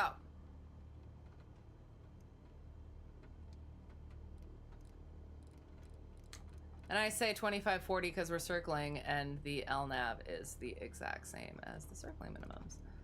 But we're just making ourselves understand that better. Oh gosh. It's getting to that point in the evening, I'm sorry. I wondered if I should have an energy drink, but no, especially at this time of the night. So we're gonna leave that there for a second. We're gonna climb up to as high as we can, I guess. Oi, oi, oi, oi.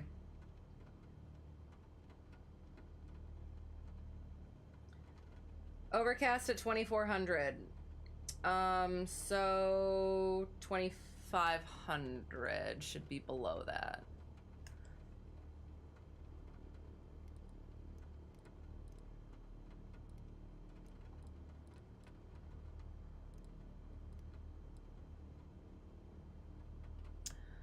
Okay, and you know what? I am gonna pop the autopilot on for this one because that was one of the things.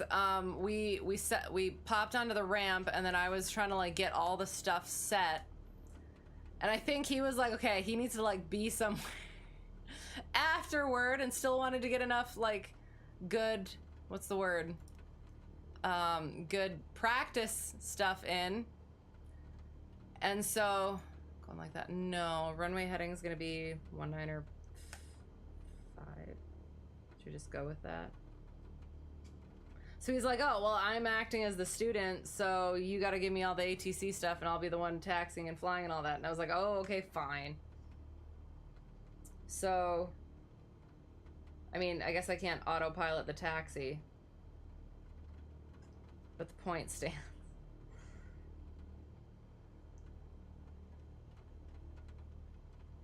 1.6.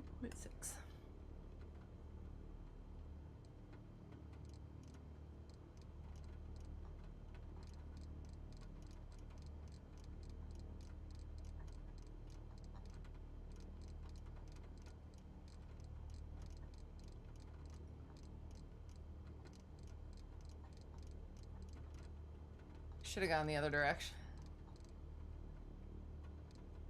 There. Okay. So we're gonna go runway heading right away.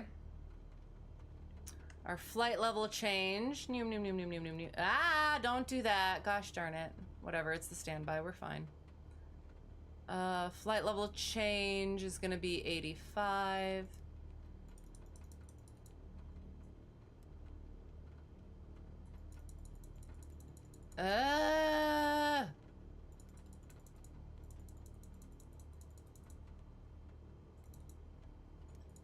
So actually, we will probably just kind of meander just for a bit. I do have a bit of story time. Course is gonna be what it is, and Barrow, we set it. I guess we could double check our weather just to see if it changed.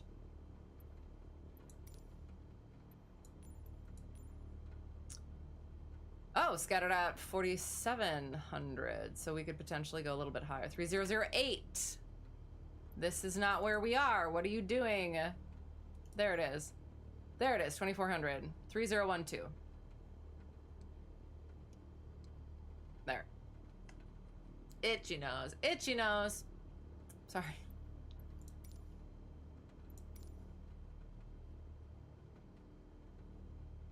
Okay. So there's that. All right. Ah. Well, and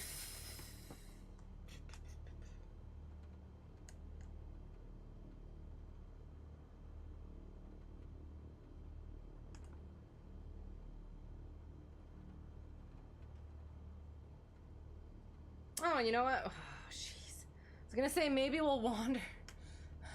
Maybe we'll take off VFR from the other airport just for like a little quick meander, just because, yeah, there's a little bit left when it comes to story time. So we're gonna hurry through this one. Hurry, but be thorough and all of that. Okay, I'm gonna quick do chat, and then we'll do the that way, and then we'll do the other thing.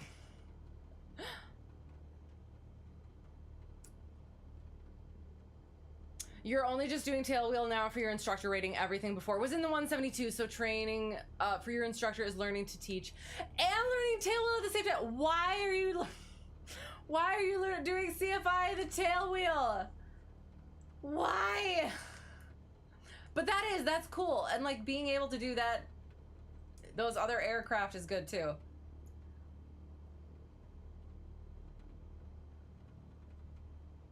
It's a fun airplane learning curve. Doing it all from the backseat is fun too. I bet. Oh, that's excellent. Your baby at 110 hours. Yes, and I will say too, like, it takes a lot of hours to actually really get that fully comfortable, and a lot of different experiences to get fully comfortable in a lot of different ways. So, yeah. You remember those days, just under 300 now.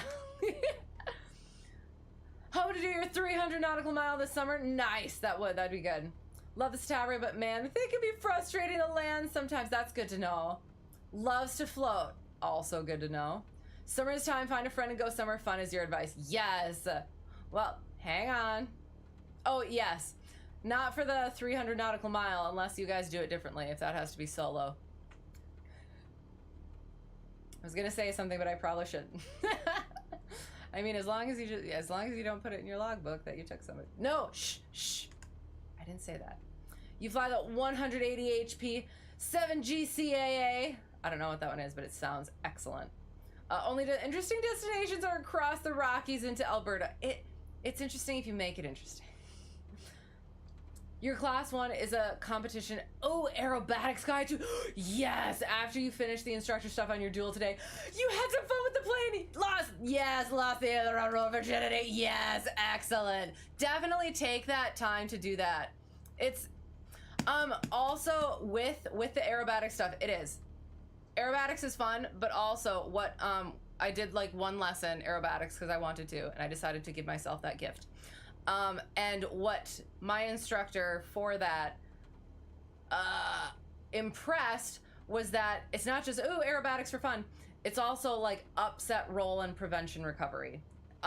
So if you were to wake turbulence or some other reason get flipped upside down, are you going to be able to get right side up in before, hitting the ground? If you're low, particularly. So yes, being able to do that stuff is, again, not only fun and amazingly cool, it's also like very good for, just understanding aerodynamics and being more skilled. So yeah, snap rolls like a spin but horizontally. So freaking cool. I can't remember what we all did, but yes, at some point. I should ask about those ones next time because I'm definitely gonna do it again. You're gonna work up to it. You've only done competition steep turns. Ooh, nice. And the aileron roll so far. Your first attempt at the roll was just a spiral dive. Oh no. It's that pitch and power. Pitch and power. You gotta control it. You're not trying to go aerobatic just yet. There it is. Since he has the experience in the airplane for it, it's a nice way to have some fun in between the instructor stuff. Definitely. But again, it is. It's fun, but it's also good. It is. It's good for that precision and control and, like I said, pitch and power stuff as well. Also looks good on a resume.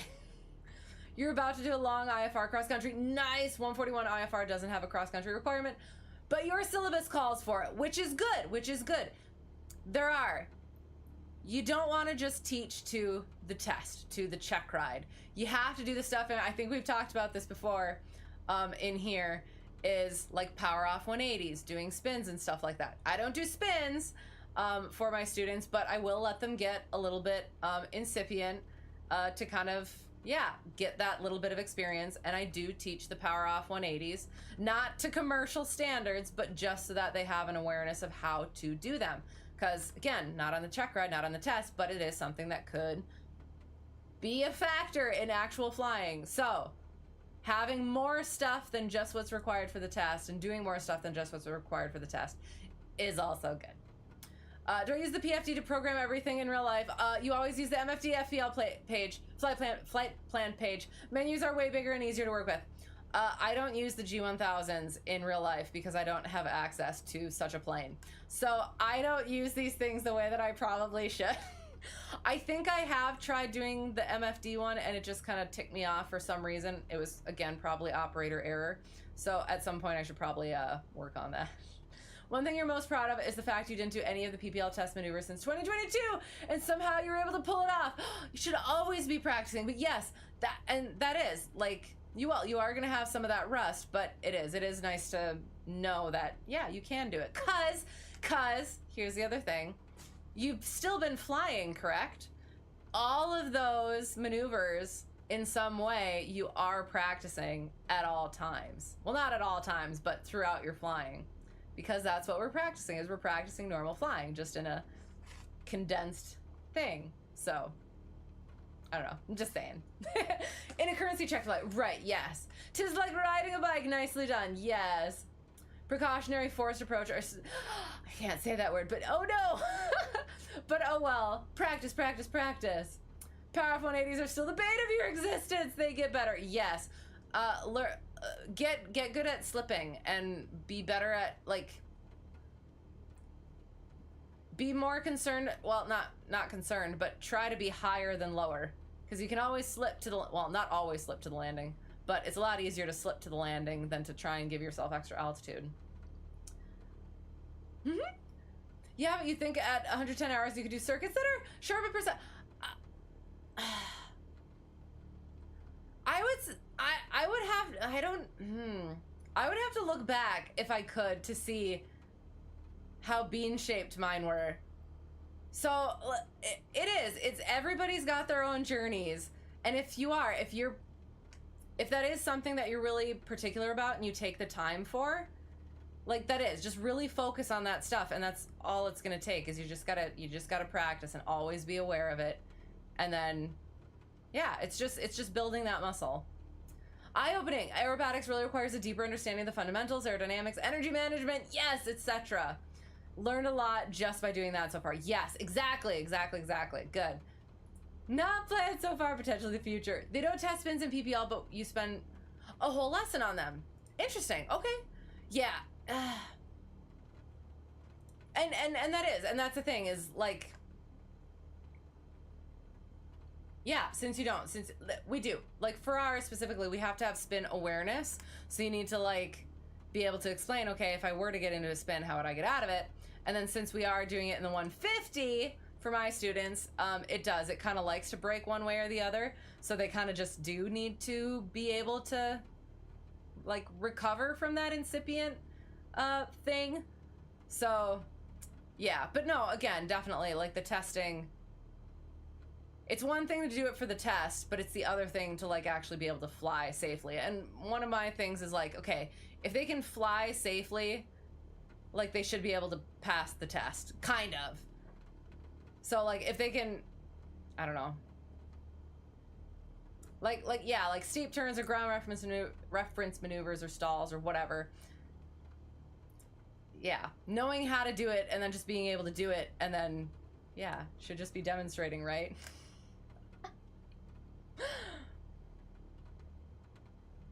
And you guys do test spins in commercial. Okay. Yeah, we didn't have to do it until CFI. In Canada, spins are still done as part of dual instruction at the PPL and are a flight test item at the CPL. If the spin turns into a spiral dive, as long as you call it and do the recovery, it still satisfies the exercise. Oh, nice. Excellent. And FAA doesn't test something, yes, that you do. Yeah. Yeah, all sorts of different stuff. But that's good to be aware of. Okay, all right. So we're gonna take off. We might have to go clear skies in order to do the stuff that we're gonna have to do. So yeah, so for instructor, I'm supposed to be doing the ATC stuff. So he called up and then I called back. He didn't say one of the things, so I needled him a little on that because I'm a jerk. But then, yeah, so it was, he called up, and then I said, Cessna Hotel Tree 1 Delta 1. Stand by. I think maybe that's what I did. Because that's what they always do to me. Yeah. And then Cessna Hotel Tree 1 Delta 1, I have your clearance. Advise ready to copy. And then he said, ready to copy, Cessna Hotel Tree 1 Delta 1. And then, where is, there, okay. So then I said, Cessna Hotel Tree 1 Delta 1 is cleared to, where are we going? Delta Hotel, is that the one that it was?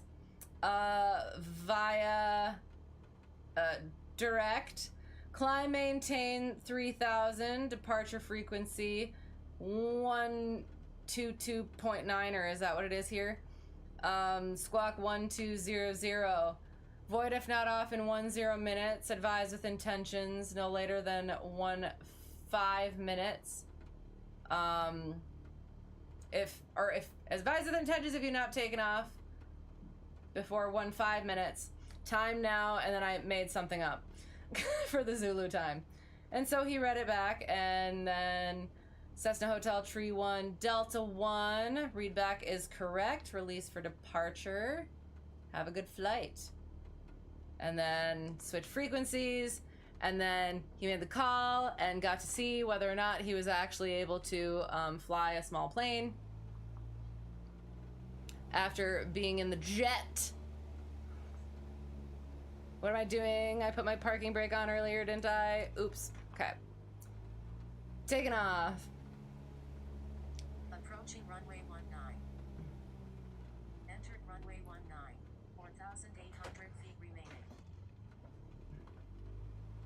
Oh, that's why it was all the way over that direction. Okay. So we might have to go clear skies for this.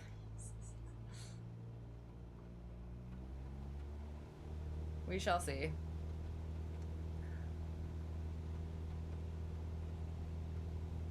Airspeed's alive. Engine instruments are green. Gentler, gentler, gentler. Looking for that rotate speed. Staying on that center line like a professional. Or I should say getting on that center line like a professional.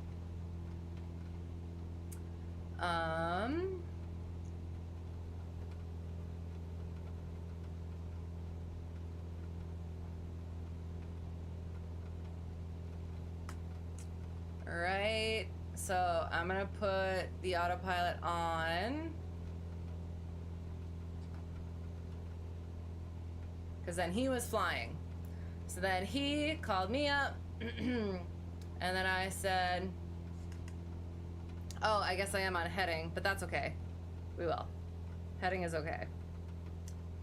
So I said, I'm gonna put the procedure there. Okay. So, Cessna Hotel Tree 1 Delta 1 radar contact.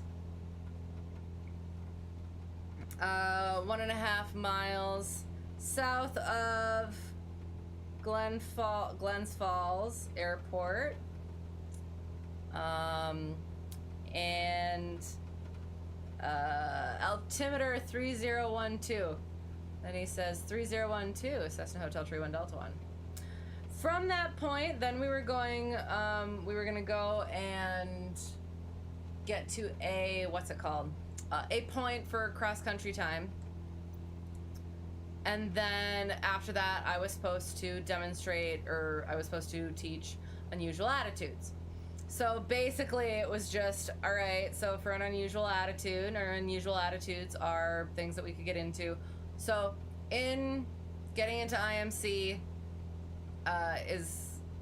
there is, if you're not paying attention, if you're not on your instruments, there is the possibility, or a greater possibility, that you're going to get into an unusual attitude, which is an attitude in which we do not usually fly in normal flight. So unusual attitude, there's two basic types, or two primary types, is the climbing, the nose high climbing turn, and then there is the nose low descending turn. And there are different steps that you use to get out of those. So for the nose high climbing turn, the thing that we are concerned with is stalling the aircraft. So if we recognize that we're in a nose high climbing turn, things to keep in mind is if we have an attitude indicator that tumbles or can be unreliable at unusual attitudes, at higher pitch angles and things like that, higher or lower pitch angles, we need to be primarily on our airspeed and our altimeter. So for a nose high climbing turn, we may or may not, like, are heading into, oh, thank you, outer marker. Oh, so that's where it puts it. Very nice, good to know. Okay, now we gotta look at how, oh, that's pretty. Oh, let's see if I can get all that in there. I want it all. I want it all. And I want it now. Oh, I love it. Pretty. So yeah, so, oh, that's cool too. All right. Cool. Yes, so nose high climbing turn. You're gonna see your altimeter going up, heading indicator going one way or the other, turning. If your attitude indicator, like ours, I don't believe that this one tumbles or does anything like that. So you will see it turning nose high, a lot more blue than green. And then our airspeed indicator is gonna be dropping. So in that instance, again, we're worrying about the stall. We don't want to get to our stall, so we want to nose to the horizon, or, well, if we can use our attitude indicator, nose to the horizon or nose down to begin with, and or nose down to stop the needle movement. And then, yeah, as it starts kind of like reversing, we gradually, carefully get ourselves back into nice level flight. So yeah, so for that one, our steps are nose down, power in, and level the wings. For our nose low, descending turn, what we're worried about there, so that what we're gonna see is our altimeter is dropping, heading indicator is turning a lot more brown or green than blue, and then our airspeed indicator increasing. With our airspeed indicator increasing, we are worried about getting to our VNE, our never exceed speed, and damage being caused to the aircraft. So in that instance, we first want to level the wings, then bring that nose up and pull that power out. So the reason why, a couple of reasons why we level the wings first is to, again, for stressing the aircraft, we don't want to like pull up in that bank, as well as if you look at it, I was going to say this because he's told me this before, Friend Instructor has, but then I was like, I don't wanna, but then he told me it. If you look at it, there's a lot more, so if you're banked and then you try to raise the nose, there's a lot more angle that you have to go through in order to raise that nose. Whereas if you, boom, level that nose, less. So yeah, that's why we do that specific order. And again, I could be mixing words up right now. So again, this is not teaching, I'm practicing my flows and my speaking of the things. So I apologize if I did say anything wrong there, but yeah, that was basically that. So recognizing that, being on your instruments, making sure that you trust those instruments, airspeed and altimeter are gonna be our big ones for those unusual attitudes. So then after that, I guess we could probably go direct to Gadyi now. It's gonna be like a slightly weird sort of a turn, but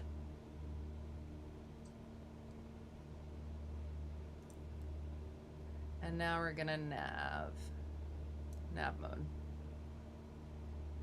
All right. All right, so then I had to act as ATC again. So we're gonna be coming up to our approach. So I'd call him up, say Cessna Hotel Tree 1 Delta 1, advise when you have the weather at Bennington and what approach you would like to request. And he goes, we have the weather at Bennington, requesting RNAV 13 via Gadyi for a circling approach. And then Cessna Hotel Tree 1 Delta 1, roger, you can expect RNAV 13 into Bennington, clear direct Gadyi. And then he would say, expect the RNAV 13. Oh, sorry. I guess I could go like this for now, so that you guys aren't looking there. Or there. How's that? That seems better. Oh, yeah, sure. How's that? So yeah. Then you'd say Cessna. Yeah, Cessna Hotel Tree 1 Delta 1 is expecting RNAV 13, clear direct Gadyi. And technically we're supposed to be up higher, but we're ignoring that for now. So, and then Cessna Hotel, oh, and then what I did is I put this whole chunk into the first. So I said something like, Cessna Hotel Tree 1 Delta 1, cross Gadyi at or above 4,100. Cleared RNAV 13, and then I went into the whole spiel of cross, or sorry, not cross. No traffic observed between you and Bennington Airport. Change to advisory frequency is approved. Or contact us or flight service to cancel in the air or on the ground. Change to advisory frequency is approved. Like, I knew I wasn't supposed to do that, but I did it.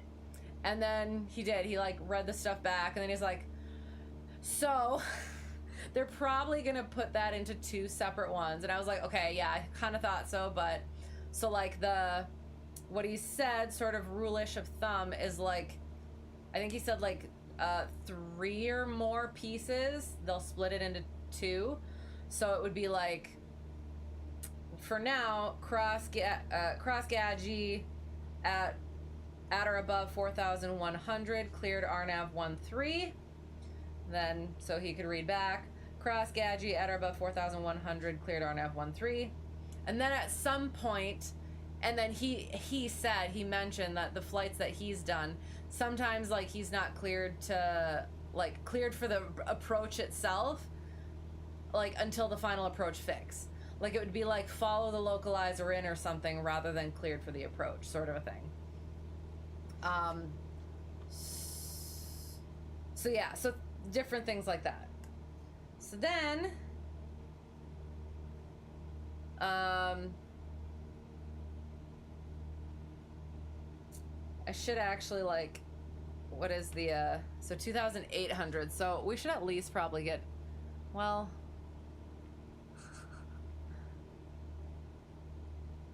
I'm kind of curious what would happen if we're above, or if we're below. Let's see, I'm curious. So yeah, so then it would be, so we said all that stuff, and then it's gonna be like 7 miles or whatever, and that's, I feel like there was something where it was like, once you're established on the final approach course, and then there's a question of like, okay, so depending on the approach, when are you actually established, sort of a thing. So yeah, and then you would give that whole call. So yeah, so then I was supposed to teach through the circling approach, so while we have time, we'll teach through the circling approach, or practice our teaching through the circling approach. So a circling approach, we want to make sure that we don't use that unless it's like the best option, sort of a thing. We're not going to use it to save time. That's one of the things that he stresses to me. So it's like, don't do, if you're coming from this direction and the wind's favoring the opposite runway, don't fly that approach and circle to that. Go fly the proper approach and come back in, sort of a thing. So we're looking at our circling minimums, making sure we're doing that. We took into account our notes that say circling not authorized southwest of runway 1331. So we are going to be doing a left circle to come into 31. And then we are a category A alpha aircraft, so we must remain within 1.3 nautical miles of the and this is where it caught me, and we ended up having a conversation about this. So the 1.3 nautical miles, where is that from? It is from any point on the runway, is what he said.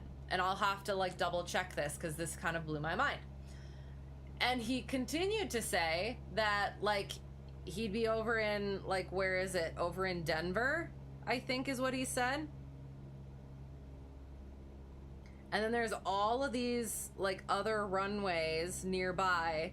So you could be way, way, way out and still 1.3 nautical miles from a runway, sort of a thing, is what it sounded like. So I am gonna have to double check on that, but that made me feel a little bit better, because like when you are looking at the GPS is from one specific spot, like in the middle of the runway, it always seems. So if you are circling over here, you're still within 1.3 nautical miles. Even if it says 1.3 nautical miles here, you have more room because it should be 1.3 nautical miles from the runway itself, like from the where you're actually going to touch down even. So yeah, again, I have to double check that myself, but that was something new for me. Not allowed. Oh, and okay, this is the other thing too. One of the first questions he asked was knowing, or like be very, or one of the suggestions he had, clearly, is to know what are the criteria for being able to descend below, like DA, MDA, things like that. And so I have my lesson plan on this, and I haven't looked at it in a little bit. I've been working on other ones. So number one, you have to be in a continuous position to land, stable approach sort of thing. And I thought that that one was slightly two different ones, but I wasn't sure. But then I was like, I think that one's kind of the same. But then it was like, okay, then you also have to have the some sort of visual reference of the runway environment. That's our paint, our pavement, our lights. So I did. I thought that was 3, but I was like, I don't think that that's 3. Flight visibility. The flight visibility has to be at least that of the approach. So yeah, that is the third one, and that one I should frickin' remember from now on. So then, yeah. So the circling stuff, having a visual reference does not include, like, for normal banking, like normal banking in the pattern sort of thing, if you lose sight of your visual reference while you're in that normal bank, that's fine. But yeah, the rest of it stays. And then, so on a circling approach, it is again that not going below that MDA until you're in that position to land, which typically is going to be that base to final turn. Then you're, kind of have that landing mate. And I do have to, make sure I'm saying all that stuff correctly still. So yeah, there's that. Oh, sorry. Yeah, I think that was primarily it, except after we got back in. So we've got a little bit of time. We're 10 miles out. So one of the final things that we talked about, and this was one of those things where you know the certain things, but, oh God, sorry, I'm playing with my frick. God dang it, hang on. Stop. I started playing with my controls. I apologize. Anyway. So we did when I first got there, and we went ahead and filed. So did the things, filed, and then we started talking about, so he asked the question, when do you need to file an alternate, or do you need to file an alternate? And I had to think about it, and I was like, okay, stop it.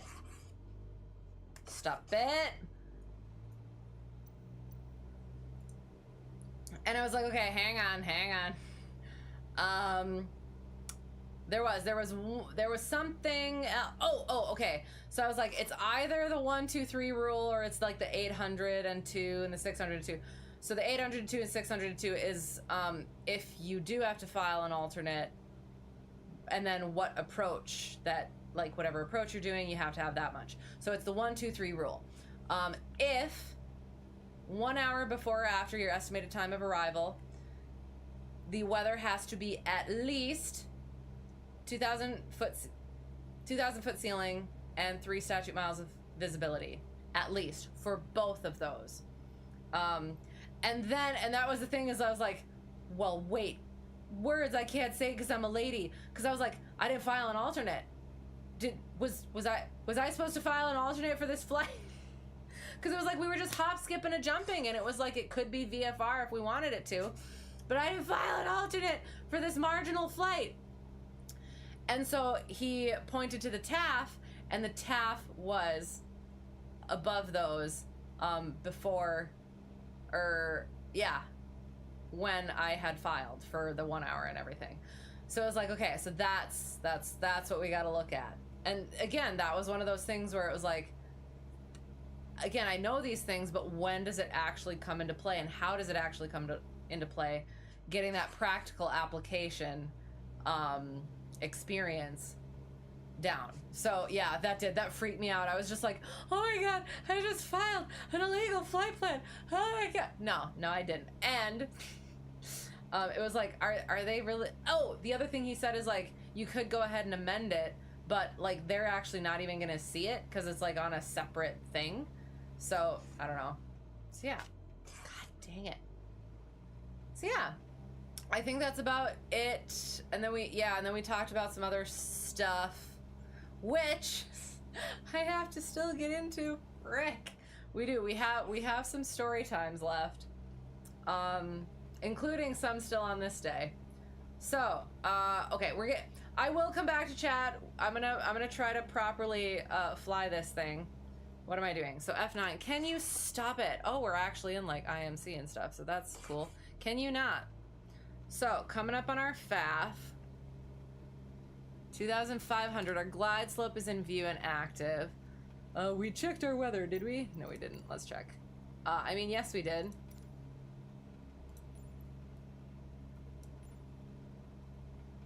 Overcast at 900, 3006. All right.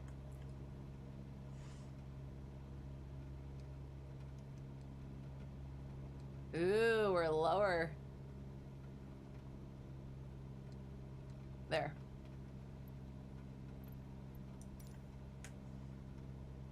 All right, so coming up on our FAF. Don't have a timer to set. Time, gear, tower. We'd make our call. Power. Lights, lights, lights. We're gonna go like that. And first notch of flaps.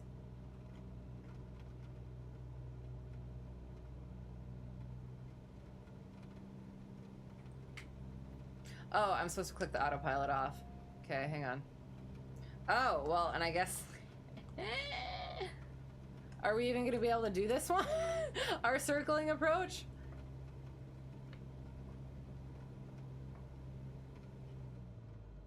Stop. Oh, and I want my flight director off because it annoys me. Minimums, 2540. Oh, these are our minimums. We'll do this. So we have to stay at 2540. I guess. Oops, gentle corrections. Stop it! Gentle corrections.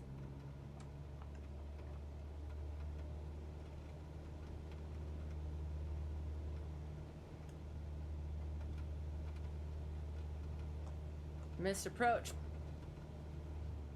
Stop it!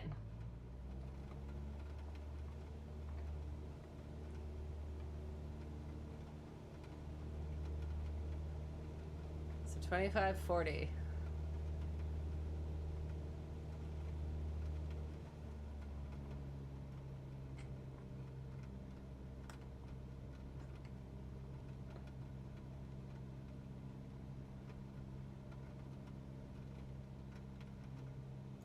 So our missed approach point is the runway. We have 2.5 miles. Stay at 2540.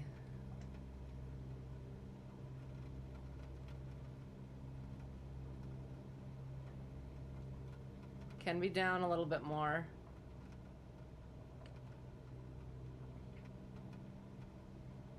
All right.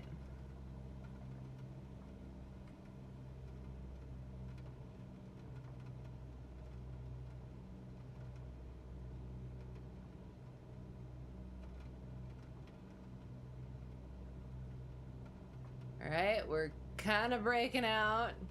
Well, not breaking out, but like we can kind of see stuff. I see a light. Oh, I see approach lights. I see the runway lights and stuff. Okay, so still have to stay at 2540. Okay, this is different. Ah!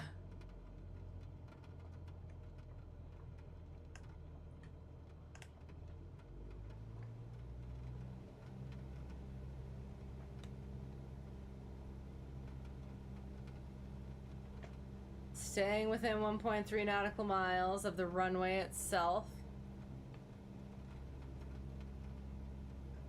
So this is interesting. We did our left turn for the circling approach. Stay up.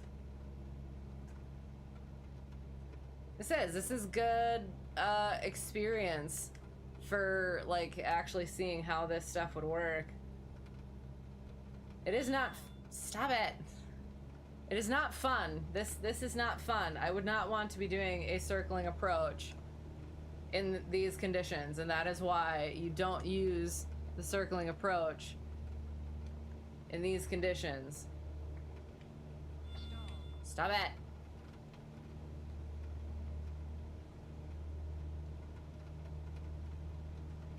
I can get a little bit lower. I'm gonna throw in a second notch of flaps in, actually.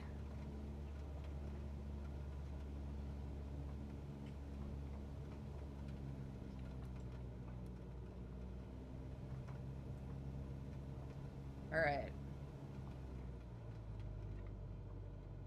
We're 200 feet high. I don't like that. Oopsie. Normal, regular, stabilized. Well, now at this point, we can just go VFR, right?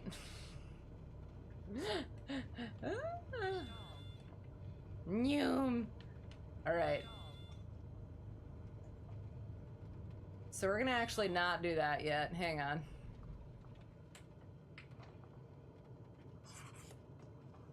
Where'd my power go? Okay. I guess we're, there it went. Hang on. I feel like I might need a fuel pump on or something. There's the runway. Ooh, slipping it, slipping it, slipping it. Sync rate, sync rate. 500. Oh, thank you. We're gonna do a pattern. This is why, children. Wrong button! Urgh.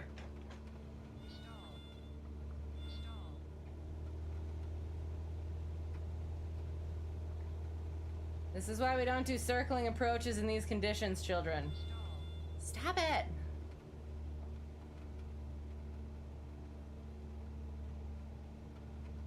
And yeah, this is definitely, like, this would be a total missed approach.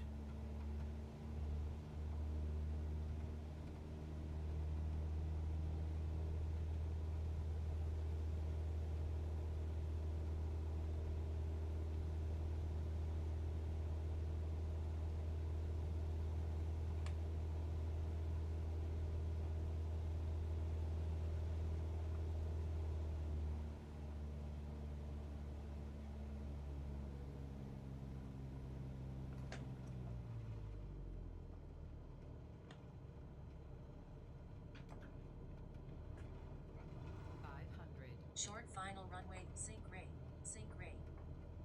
I am at 80 miles per hour.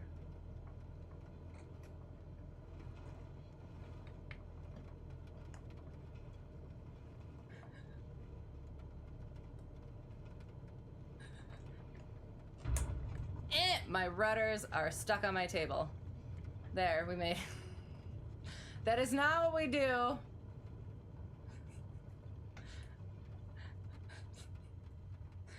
I guess I should have, like, looked at that a little closer. That's like 2,000 friggin' feet high for the circling. Yuck. It was not like that. And yep.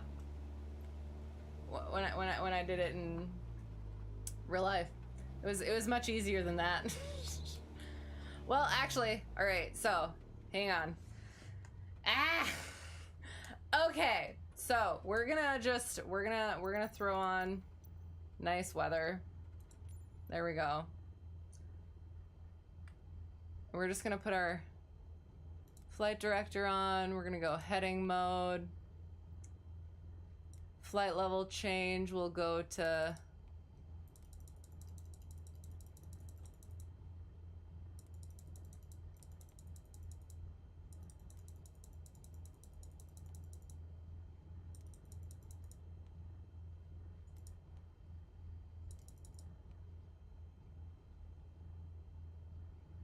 Yeah, 2,500 is good. Okay. 2992.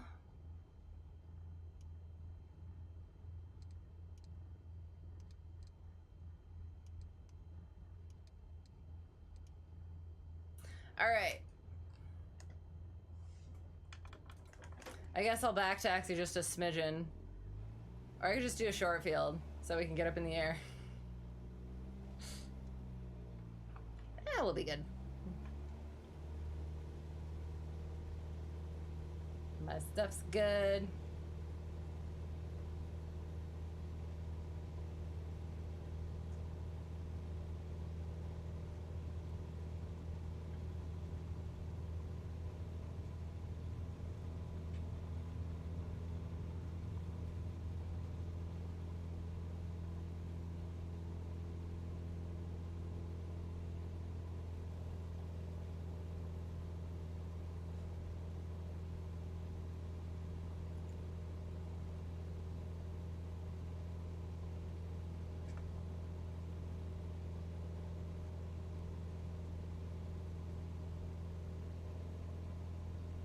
All right.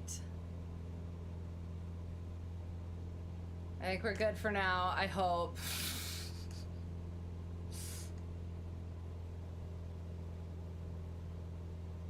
We'll probably go a little bit higher.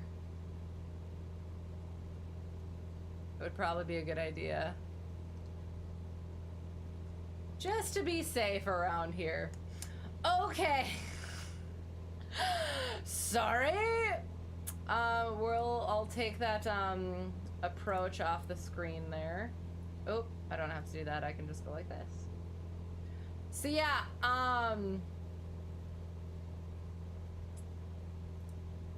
yeah, that's also a good point to yeah, double check how high that circling altitude is. And whether it's actually gonna lead you to yeah. Are you gonna be able to do that stable? See, I don't know. I almost don't get that. Like, 2,000 feet up, stay within.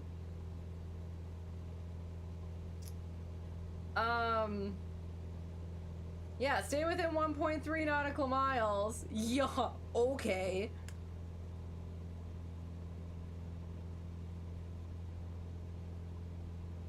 $818. Okay, so it's, I guess it's not, okay. 1,700, fine, whatever, but still. Anyway, sorry, okay, coming back. Coming back, and then I'll blast through final story times. Ha! And then we'll be good. Okay, finding where we were.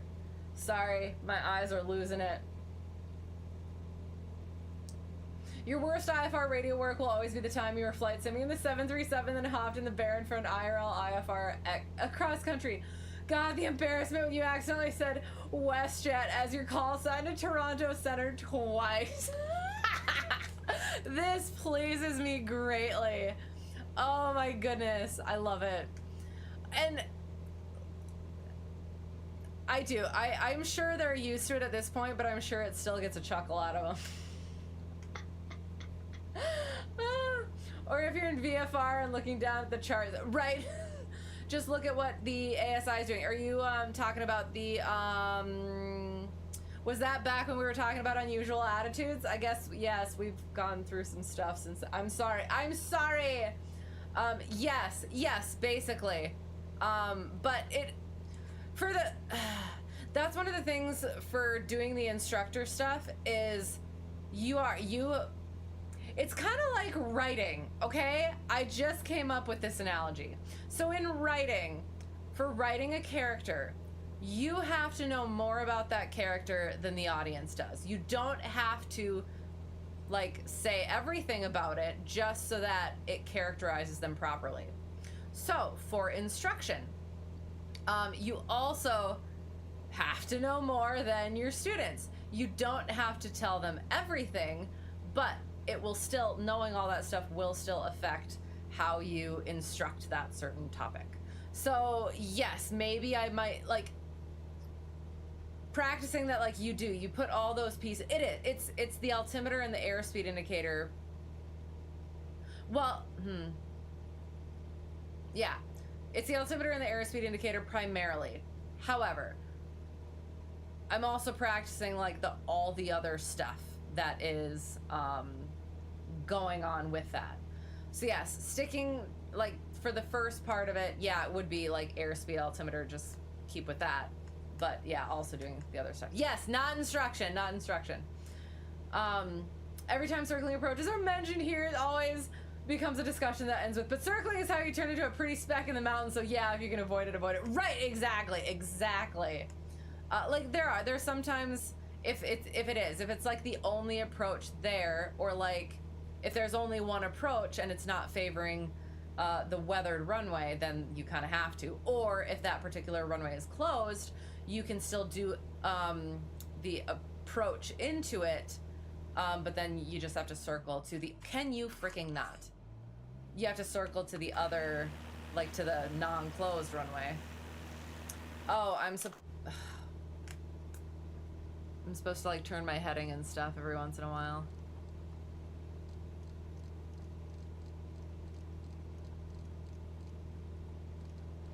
Sorry.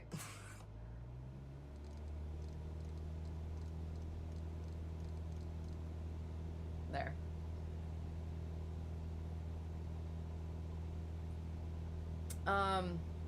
You've done circling approaches in the mountains in your schools. CRJ 200 sim, the whole thing just felt uncomfortable. Oh yeah, exactly.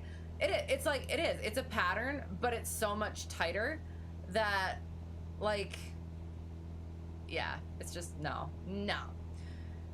You dread studying for the INRAT. What is the INRAT? You actually like doing a circling approach IRL the couple of times you've done it. Like, and that's the thing is, like, some of them, like that one is excessive. Some of the circling approaches are actually, their altitudes are either lower or at least at pattern altitude, so it becomes a lot easier to do them because it's almost normal. But yeah, that one was yuck. That one was yuck. And you can also circle, like the one that we actually did for instructor and I. We actually circled to a crossing runway rather than the full opposite direction. So, other options. But you're definitely not in the mountains, right? Exactly. That's the other point. In a 172 is one thing. Mountains and in a jet sim is fun. Quick way to run into Cumulo granite, right? Loco Ocho. You can see that. You feel like after a while, though, it is fun to do something different. Oh, sure. It was a good adrenaline rush in the sim. Would not want to do it in real life. Right. Exactly. There's a reason why most airlines outright ban circling approaches in there. Oh, SOP. I bet. You don't think a slip is gonna work in this situation? It was a little. You know what?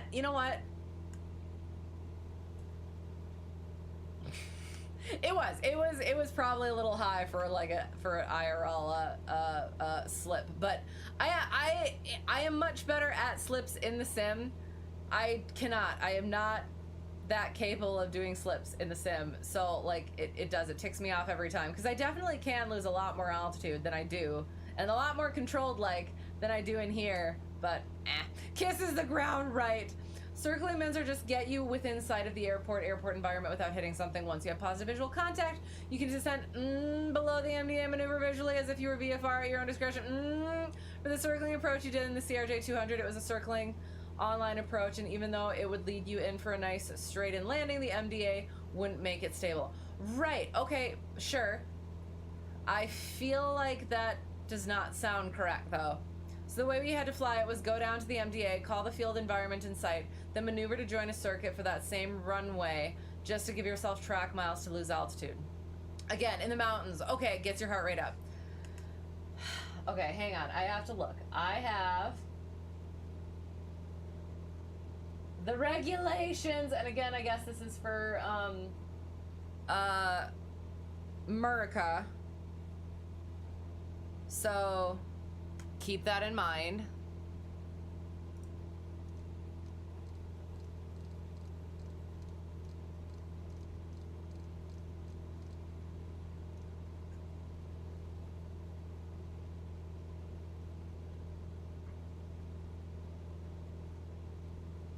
Okay.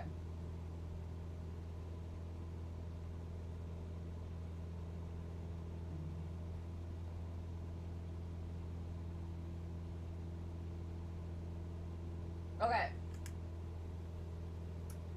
No operating below MDA or continuing below DADH unless continuous position to land at normal descent rate using normal maneuvers, flight visibility at least meets approach requirements, and 1+ visual reference for the love of God.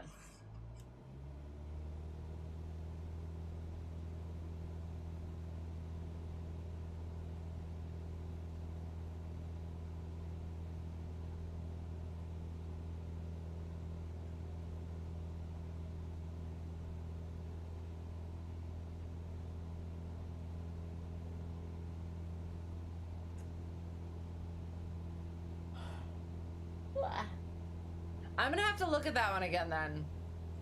Cause I feel like the continuous position to land thing is the trick there. Cause like if you're, I feel like that's the part of it where like that base to final turn is that continuous position to land rather than being in sort of a pattern. But I don't know. Okay, Canadian IFR theory exam. Okay, cool, nice. It's a lot. Like instrument flying in general is a lot, regardless of country, I assume. A lot of procedures, a lot of regulations, things like that. But it's safety stuff. If you think of it that way, it kind of becomes a little bit easier, I think. So like certain turns that you do, you're typically going to do it standard rate. And again, this is all from America perspective. Standard rate turns. So they're not going to put you into a position, or they're going to have attempted to not put you in a position where you're doing very sharp or need sharp turns, high angles of bank, things like that. Maintaining altitude above obstacles, things like that. That was another thing that our instructor brought up, and I'm trying to remember what. So there was an obstacle that we had to get above, and that was potentially also why they wanted us a little bit higher. And so I hadn't thought about this. Again, one of those things that I know and I hadn't thought about practically is he's like, so how much distance do you need between you and the obstacle? And I was like, well, 500. And he's like, in IFR. And I was like, oh. I was like, okay, is that the one where it's like 1,000 in non-mountainous areas and 2,000 in mountainous areas? So that one, yeah, 2,000 above the highest obstacle within 4 nautical miles of course, and 1,000 feet above the highest obstacle within 4 nautical miles of course. I completely forgot about that. Like, I know that I have it in my lesson plans and everything, but that was one of those things where it didn't like click that that's what it was for. So yeah. Circuit lands are a lot of fun, yes. Standard operating procedure is a different story. Insurance and liability too. Right, exactly.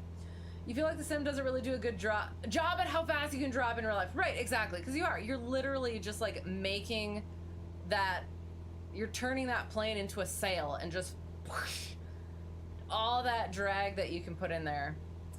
Could be a Canada FAA difference. Okay, that sounds good. Sounds good. Don't think you could descend below the MDA in the US on a circling approach. That's what I was thinking too, but you could be... I do. I want to say that based on the wording, and again, from everything that I have heard, it's not until, or it's kind of accepted that the base to final turn is where you're like established in that continuous descent to the landing for a stable, normal approach. So yeah, definitely think that that might be a difference there. Circle to land minimums, you meant right, and then on, yes, and then on places you're near terrain, there's often a do not circle, yes, direction from airport, which we had on that one. I think maybe it was for terrain or obstacles, but it was not, you can't go southwest of the airport, so that's why we went northeast. So left, or we went left for right turns into the runway. There you leave the MDA once you have visual reference to commence a normal descent to land. Okay, so you maintain the MDA but don't have to fly it all the way until we're on a 1.3 nautical mile final or whatever the circling radii is. Okay, yeah, so that is slightly different but very important wording.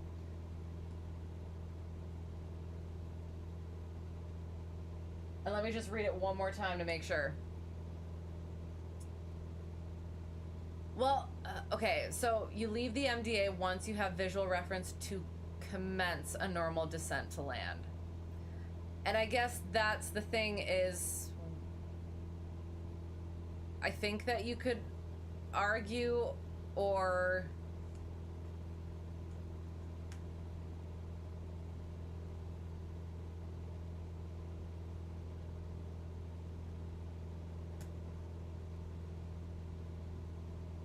so yeah, so ours is continuous position to land at normal descent rate using normal maneuvers. So again, that continuous versus commencing a normal descent to land. You know what I mean?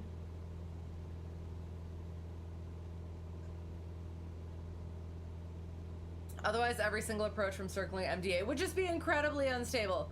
Well, right. No, yeah, it is. It's a weird one, and I will. That's one that I'm gonna have to look into again, just to like be sure that I'm understanding it correctly. I'm pretty sure. Class Charlie below in 5.8 miles. I guess we'll turn our heading once again.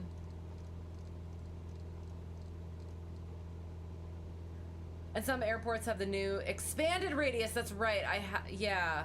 It's a whole nother deal. Excellent. Yay.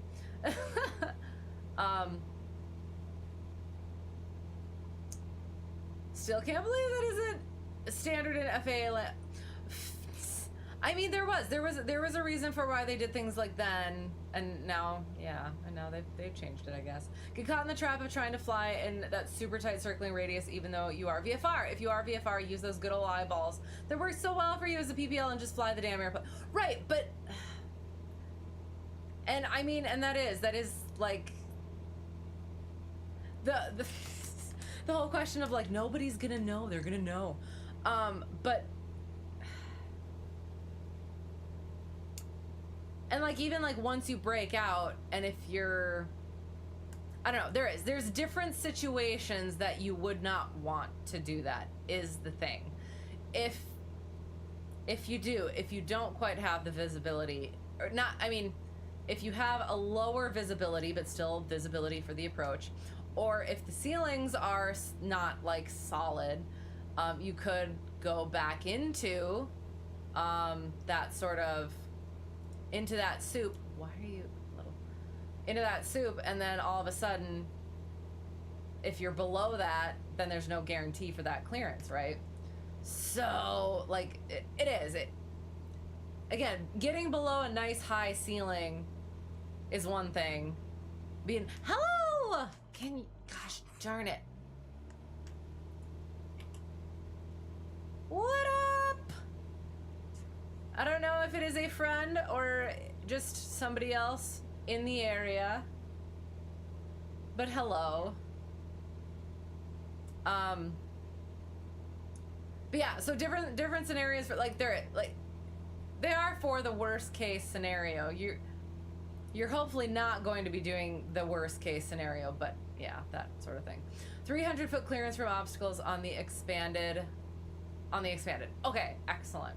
Right, your own bedtime sounds good. Yes, I know, I should be as well, but we have to finish story time. So, well, finish chat and then story time. So good night. Good to see you.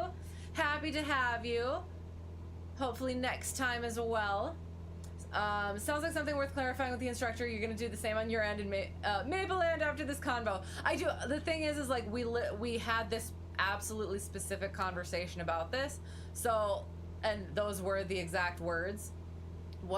And I do. I'm like fairly certain, even before, like that is the wording is that continuous, not allowed to go below MDA until the accepted point is base to final, because that's when you're actually like about to land, sort of a thing. So yeah, but I definitely will double check, and I'd be curious to hear from yours as well. The whole combo is the reason why if you have a straight in IFR approach to the desired runway, just do that approach. Oh, exactly.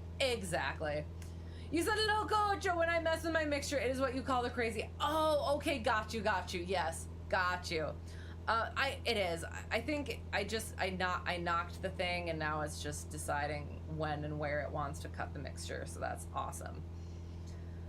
Okay, so, and right, one of the reasons you do it is if there are no instrument approaches on the favored runway, so you fly the instrument approach in circle. Exactly, there's like certain reasons why, and one of them is not to save time, or.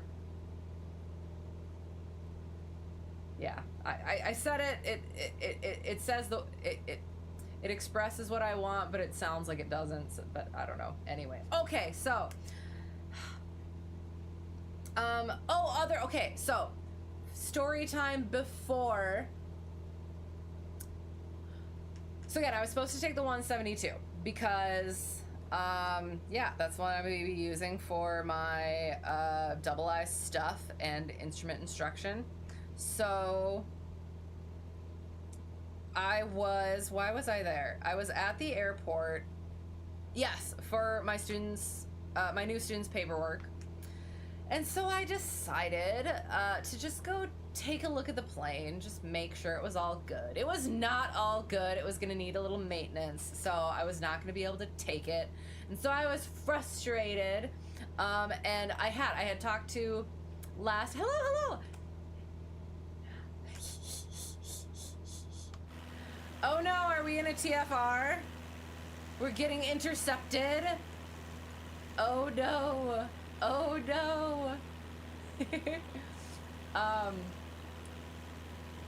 So yeah, so it did. It was just another one of those moments of like, okay, it kind of sucks that not having that control over like knowing when and where and what and having the stuff get done. And I had met on one of my recent IFR practice flights, I had gone somewhere and met a pilot there who had a 172 and a Bonanza, and he didn't necessarily want two airplanes, so he was going to be getting potentially selling his 172. And so at the time, I was like, potentially they might want another rental over at work airport, so maybe that could be an option. So I had that in the back of my mind. And then I started thinking, when this happened, and I was like, okay, so I'm going to have to use the 150 to go do, like... So it was like the one freaking day that I was finally going to have a lesson with for instructor, and I couldn't use the aircraft that I needed to. So it was just really frustrating. So I was like, okay, maybe I do need to consider purchasing that aircraft. Maybe. We'll see. So I was going to ask instructor about it as just an off question when I got there. So we were chatting, and then he was gonna have to pick up his kids at some point, so I was gonna have to try and come in a little bit earlier. So it was like trying to figure out timing and everything. And so the next day it was like, okay, so there was somebody before us, and then they, I guess, decided not to go because it was like the ceilings were a little lower and everything. So then I was able to potentially go a little bit even earlier. So it was like, get as much time with for instructor as possible so that I can like get this thing done. So I was like hastening to that airport.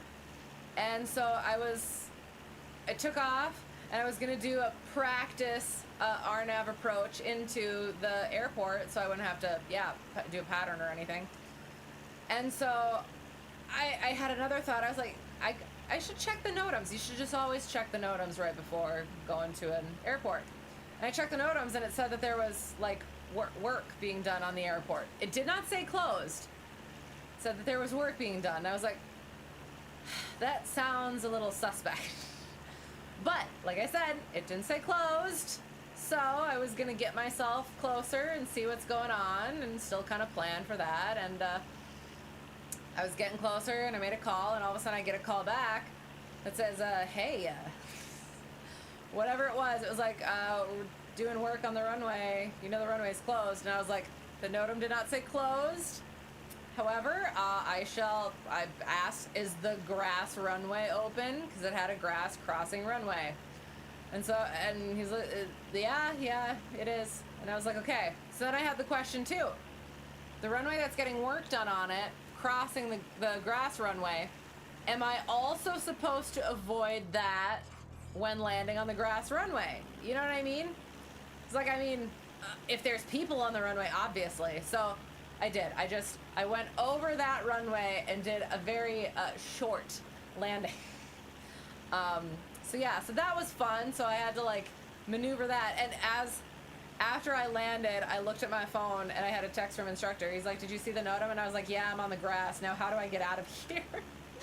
So he's like, there's a grass taxiway. Because there wasn't like a taxiway for that airport.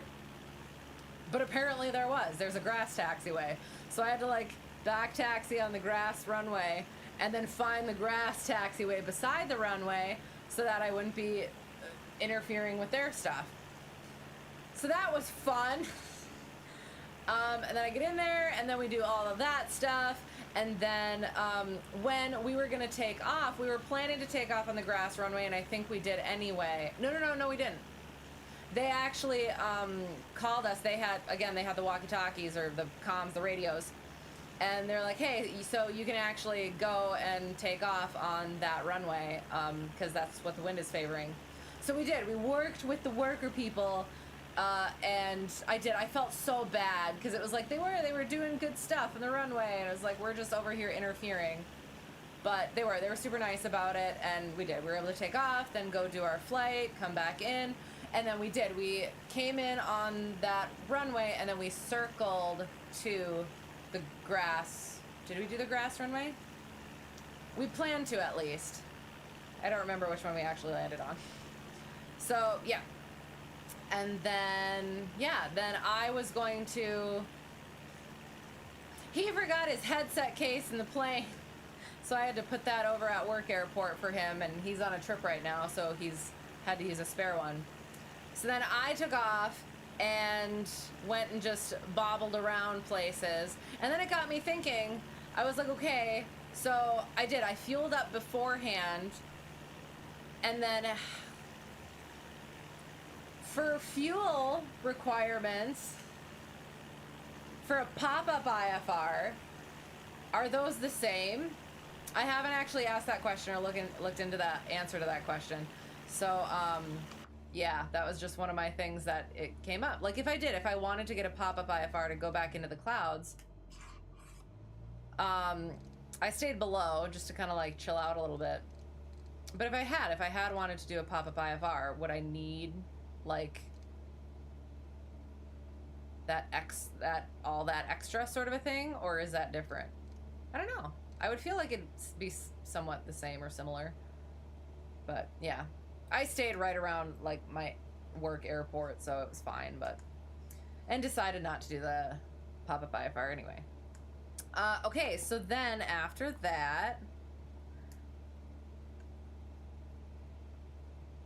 what was next? Then I had a lesson with a pre-check ride private student. Bum, bum, bum. Oh, we did a mock check ride. That's what we did. It was our first. So basically, I tried to treat it like my private check ride went.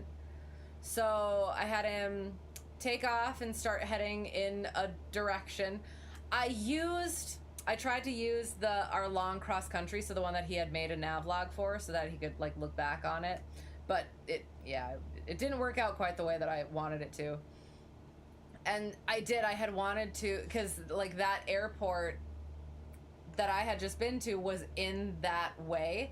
So I had wanted to use that as a, you should probably check your NOTAMs if you have to divert, because that was how my private check ride went and maybe that's all of them, but you plan your cross country, you start out on the cross country, and you do your like first few waypoints to demonstrate that you can do it, and then the examiner has you divert. So the most obvious diversion airport would be that one that has work being done on the airport, but the work was done before our lesson, so the NOTAM was gone. So I still made him go elsewhere than that one. But yeah, so we started out on that, talked about some of the stuff, making sure that he's actually going to start his timer and everything, because that's one thing that the examiner said too, is make sure you do that, because people will forget that, and then you got to go another, like, to the next waypoint to demonstrate that. And then, so we started diverting, and we talked about, like, loss procedures and everything, and emergency stuff, and what is an emergency or what is not an emergency, when can you use the 121.5 and things like that. And then after that, oh gosh, I don't remember. Well, yeah, we worked on a bunch of stuff. So we did slow flight, we did stalls. He felt a lot better about those stalls, so that was nice. He was actually really excited afterward that they weren't so bad. Not bad, but like more aggressive. Like he was able to control them a lot better. So yeah, that was nice to see for me as well. Yeah, so steep turns, we did steep turns. And I assume we did an emergency, what's it called? I could just go to the track logs and find it. Yeah. Steep turns, slow flight, stalls, and then we did, I don't know what that is. Oh, we did instrument stuff. I think that, did some instrument stuff, I think. And then did simulated engine failure into ground reference maneuver. So we did a turnaround to point. Apparently we haven't done that in a while. So so it was funny.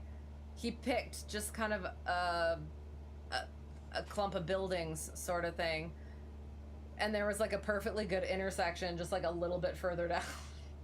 So it was one of those things where one of the things we have to do is to revisit everything and just make sure he knows how to get into all of those maneuvers in a nice, easy way so that he doesn't have to think about it too much.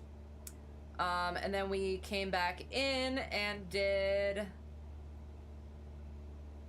it appears we did some, I don't know, is that go rounds, or I think short field landings is what we tried.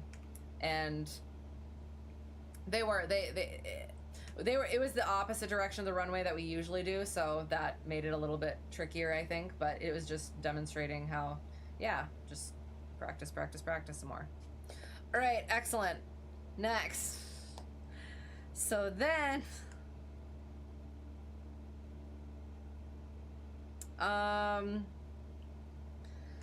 yeah, so then all of my dang students, well, okay, sorry. Coming back up.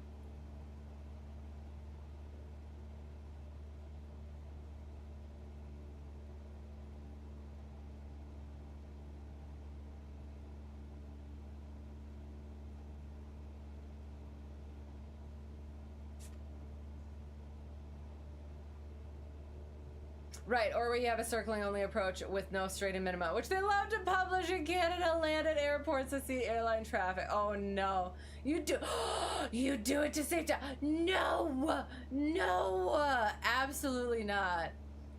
I have thought about getting a tiny inflatable like club to be my checklist stick, so I can whack my students when they don't use their checklists. But I would use it on you if you did a circling approach to save time. I haven't actually done that because I feel like that's probably not a professional way of doing things. But still. Circle because you're scared. You circle because you're scared. I circle because I like to see the trees. We are not the same.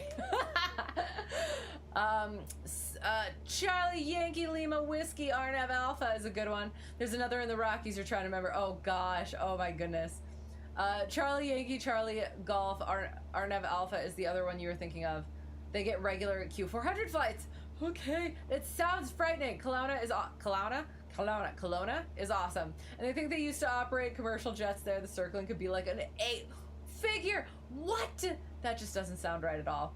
That was the approach you flew in the RJ Sim onto 3-4. Thank God now they have restricted RNAV approaches into 3-4 with straight admins.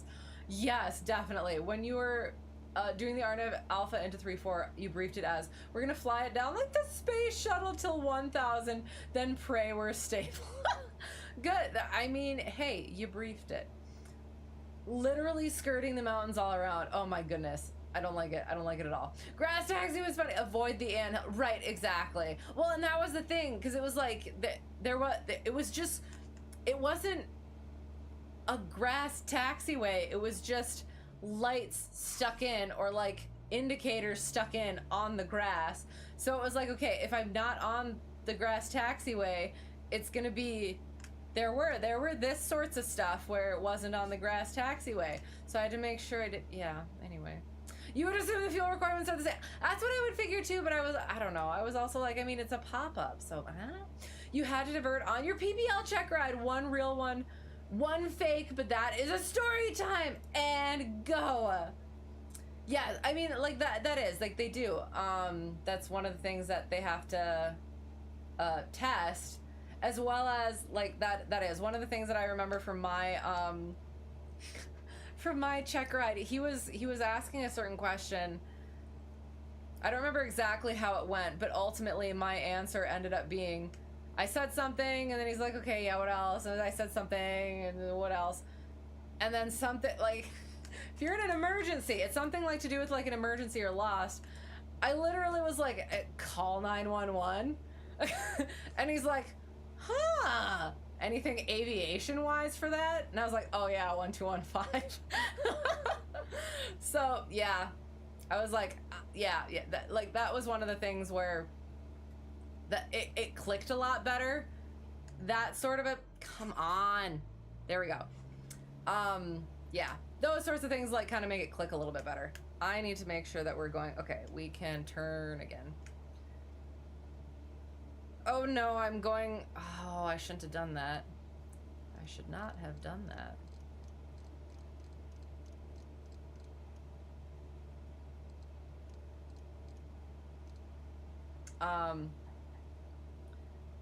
Yeah. Anywho, sorry, I don't remember where we're at, so I'm just gonna continue. So bad. So yes, all of my dang students are like either after work or after school people. So it's like I had been enjoying being, for a little while, being able to like cram a bunch of them onto one day and only have to go in that one day. But now it's like I have to do like one lesson, 3 to 4 to, depending on how many each of them want, how many days a week. So I was like, okay, if I'm gonna do this, I want to make it, I want to try and get other stuff in on that day as well. So I started trying to figure that stuff out. First, I forgot to continue this story. I asked for instructor about potentially, yeah, if that guy that I had met actually wants to sell his plane, what should I be considering, or what should I be asking for, whether it's me or somebody else, like in our little airport area, because he expressed a little bit of interest, keep it up at his airport and do that. So yeah, So I ended up texting that pilot because we had also talked about potentially like flying together because he needs time and including instrument time, so I could be along for that.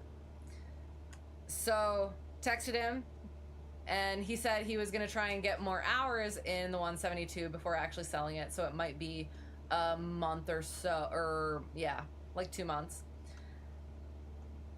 So still potential, as well as like, hey, should we potentially fly at some point? I was like, yeah, let's potentially fly. So we plan to, well, I was gonna try and do it on a day that I had a student, because again, it's gonna be in the evening, so we could go fly during the day, and then I could be there in the evening. So that was kind of the plan.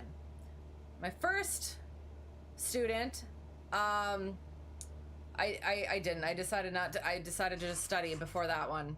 So it was post solo private student. We went and did towered ops again. And it seemed like it was going to be a good day. So he went and did his solo. So we went, I made sure, like, we did a few takeoffs and landings together, and then I had him taxi over to practice ground ops, and then I got out and sent him off to solo. I listened into his, like, him calling up ground at first, because I was nervous. Yeah, I was nervous about him screwing something up. Just, like, and again, not that he actually, like, would. It's just, like, one of those, like, instructor things where it's like, oh, God, like, did I miss anything? And he did. He did just fine. And then when he went, I was watching from inside, and he goes to taxi, and he could have taxi to the taxiway, turn so that you get all the way to the end of the runway, and then take off. But all of a sudden he's going straight across the taxiway, on the taxiway, in his defense, on the taxiway that we came off of. So then he just did I guess an intersection departure. So yeah, took off, did his 3 takeoffs and landings. At one point I could hear ATC and him communicating, and at one point, because I told him not to do not to do touch and goes. He's gonna do stop and goes. I thought that they asked him for if he wanted to do a touch and go, and I thought that I heard him accept that, and I was like, okay, I guess we'll see what happens. And he did end up doing a stop and go, so I might have just misheard it. And I was like, oh, okay, that's pretty cool then. So yeah, went and did it, came back in, and yeah, we went. Oh, and then when we taxied over, and then he contacted him again. We were a little bit further back from the runway than usual, and ATC was like, you're coming in really bad, you might want to check for a second radio. And I was like, oh, okay. So I start plugging stuff in, but I was also like, you know what, move up to the hold short line and we'll see what that does first. And so we did, and came in loud and clear. So that was another lesson learned of, like, yeah, limitations of those things. Yeah, excellent. And then I was supposed to, the day that I was supposed to start with new student is the day that Bonanza pilot and I decided we were going to go flying, and it was going to be a long day of flying because he needs a lot of instrument practice. So we planned he was going to come pick me up at work airport, so I went there and I waited, and he came in, and we, planned. Oh, that was the other thing, sorry. So somebody had left something at work airport, and I was able to get in contact with them about it, and they're like, hey, can you just mail it to me? And I was like, well, I could actually just come drop it off, couldn't I?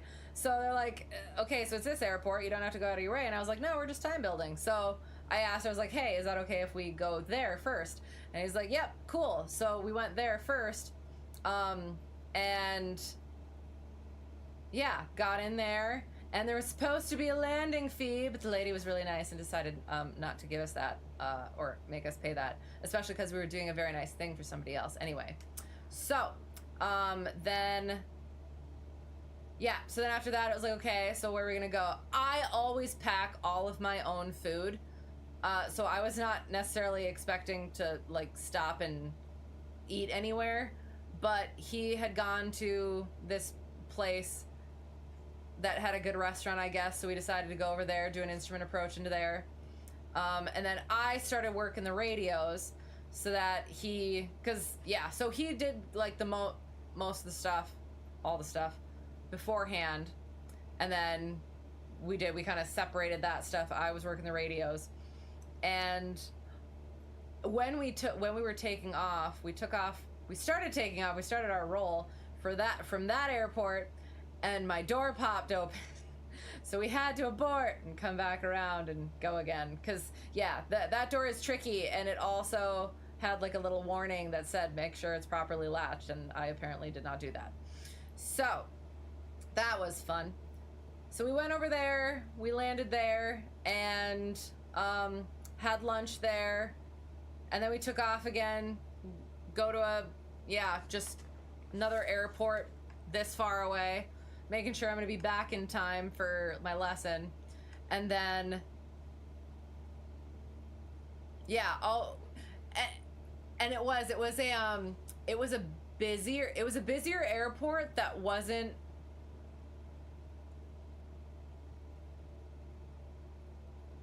how do I put it? It was a busier airport that you wouldn't expect to have an approach frequency, but it did. So it came up that we did. We were like, okay, so how would we know that? Whatever. It was like, I mean, I saw it because I looked. And then we listened to the weather, and it's on the ATIS, contact approach first. So then we had all of these questions about like, okay, but like, so like, when do we do? I would assume it'd be at 20 miles. And then we got in contact with them, and then that's the other thing is we were VFR for this one and the other one.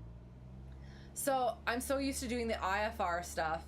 So whenever I'm like, oh, I'm requesting this approach, and they're just like, okay, go do that, whatever. It's like, oh, okay, I'm VFR. I kind of get to do what I want, sort of a thing. It's weird. I would just rather be on the flight plan, to be honest. So then, yeah, and we were trying to like play with his avionics, because his avionics are the same ones in the Constant Speed 172. So we were gonna try and do like the VNAV stuff. However, we ended up having to like stay higher. We got a altitude restriction because there was something passing underneath us. So that messed up our VNAV approach, and we just kind of came in and touch and go, I think, and started taking off again.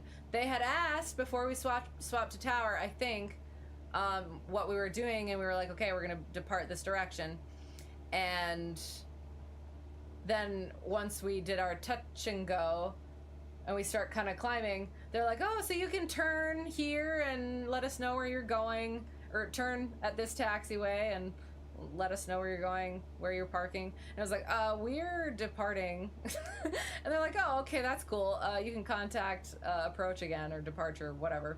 So we contacted them again, and they're like, okay, what heading are you going to be going on? And it was like, well, this one, I guess. And yeah, then they're like, all right, cool. And what altitude are you going to go to? I asked him. He's like, we'll go this high. He's like, okay, that's cool. Told them.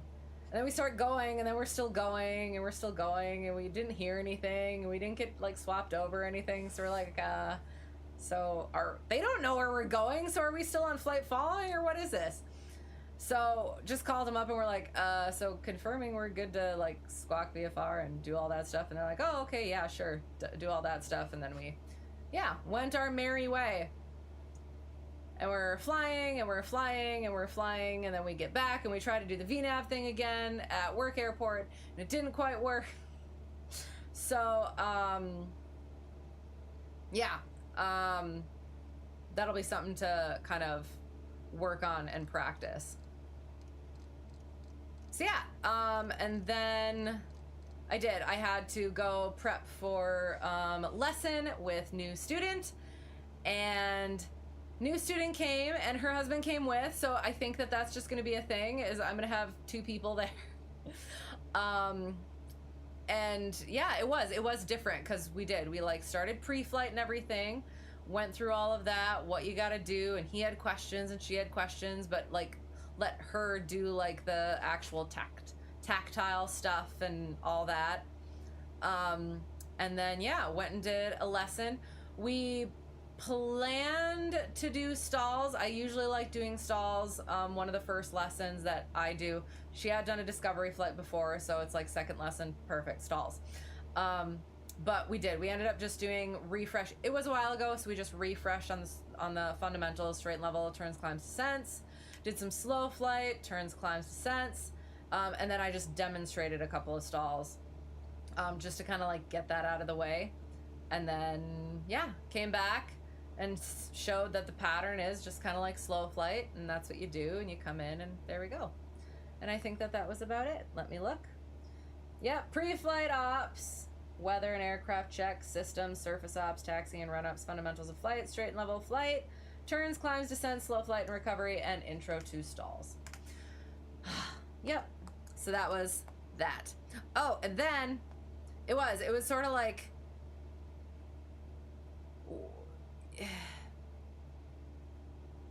yeah, like logging of the hours with other pilot. It's like, so we like technically it is. I get to log all of that as instruction, because instructors can still do simulated instrument flight, as well as there were a variety of things. As like I was helping him with the avionics. I was doing like because like I had experience with those avionics, and we were kind of swapping like techniques and things like that, and it was cool to do and kind of get perspectives from different sort of pilot. All right, and back. Sorry, we're almost done, I promise. I guess we could go outside the plane now for a little bit.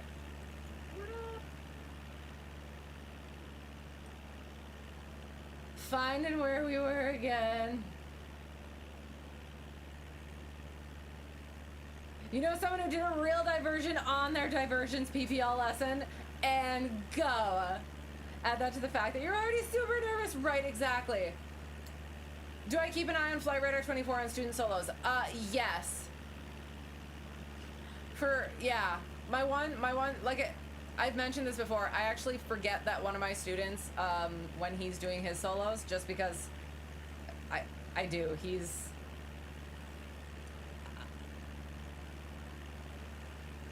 I'm very confident in his abilities already, especially because he's very conscientious about stuff to begin with. So it's like, as much as I would worry about him, I feel like he worries enough for the both of us. And not like worries, but like I said, very conscientious, very diligent about stuff. So yeah, and I am. I'm gonna be fairly confident. I don't want to like be too whatever, too confident in it, but I am. I feel like I'm gonna be pretty confident sending him off to check ride. I hope that that's warranted, like from my own perspective of like, okay, have I done everything that I should? Have I taught everything? Have I all of that? But yeah, other students though, yeah, definitely watching and checking and making sure and being like, oh my god.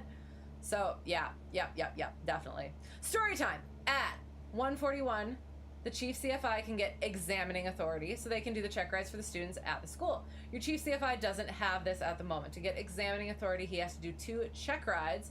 The student isn't being examined, but the CFI, under FAA supervision. So you were voluntold to be the guy to do the check ride with the FAA in the room for the oral and in the back of the plane. You were told on the check ride that the FAA is sick, and CCFI gouged your ADM on the airport. Oh, okay. To divert to. That was the fake one. Or fake check ride, you should clarify. Okay, sounds good. Okay, so then the real one.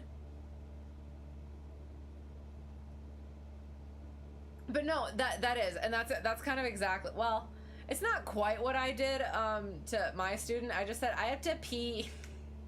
Just because it was like I wanted to get because I wanted to get the that NOTAM thing in there where it's like, okay, is somebody having to pee an emergency? Probably, if it's something like there's workers on the runway, if the runway is closed, like, yeah, the having to pee probably isn't an emergency. So that's what I kind of wanted to like make it be, as something that, yeah, we should probably land pretty soon, but we still need to like look at all of the things that could be a problem with landing where we think we want to land, sort of a thing. So yeah, so that was what I did. That's why I did mine the way that, or I did his the way that I did that.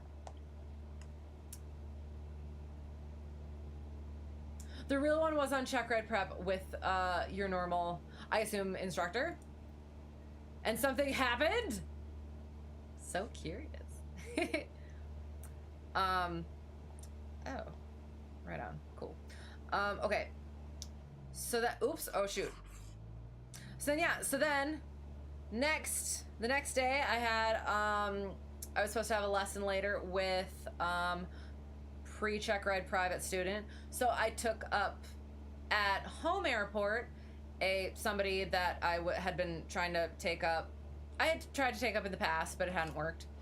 So that was cool. That was nice. It was going to be a little bit windy, a little bit bumpy, but not too bad. We had actually canceled for like more extreme winds before, but this one was fine.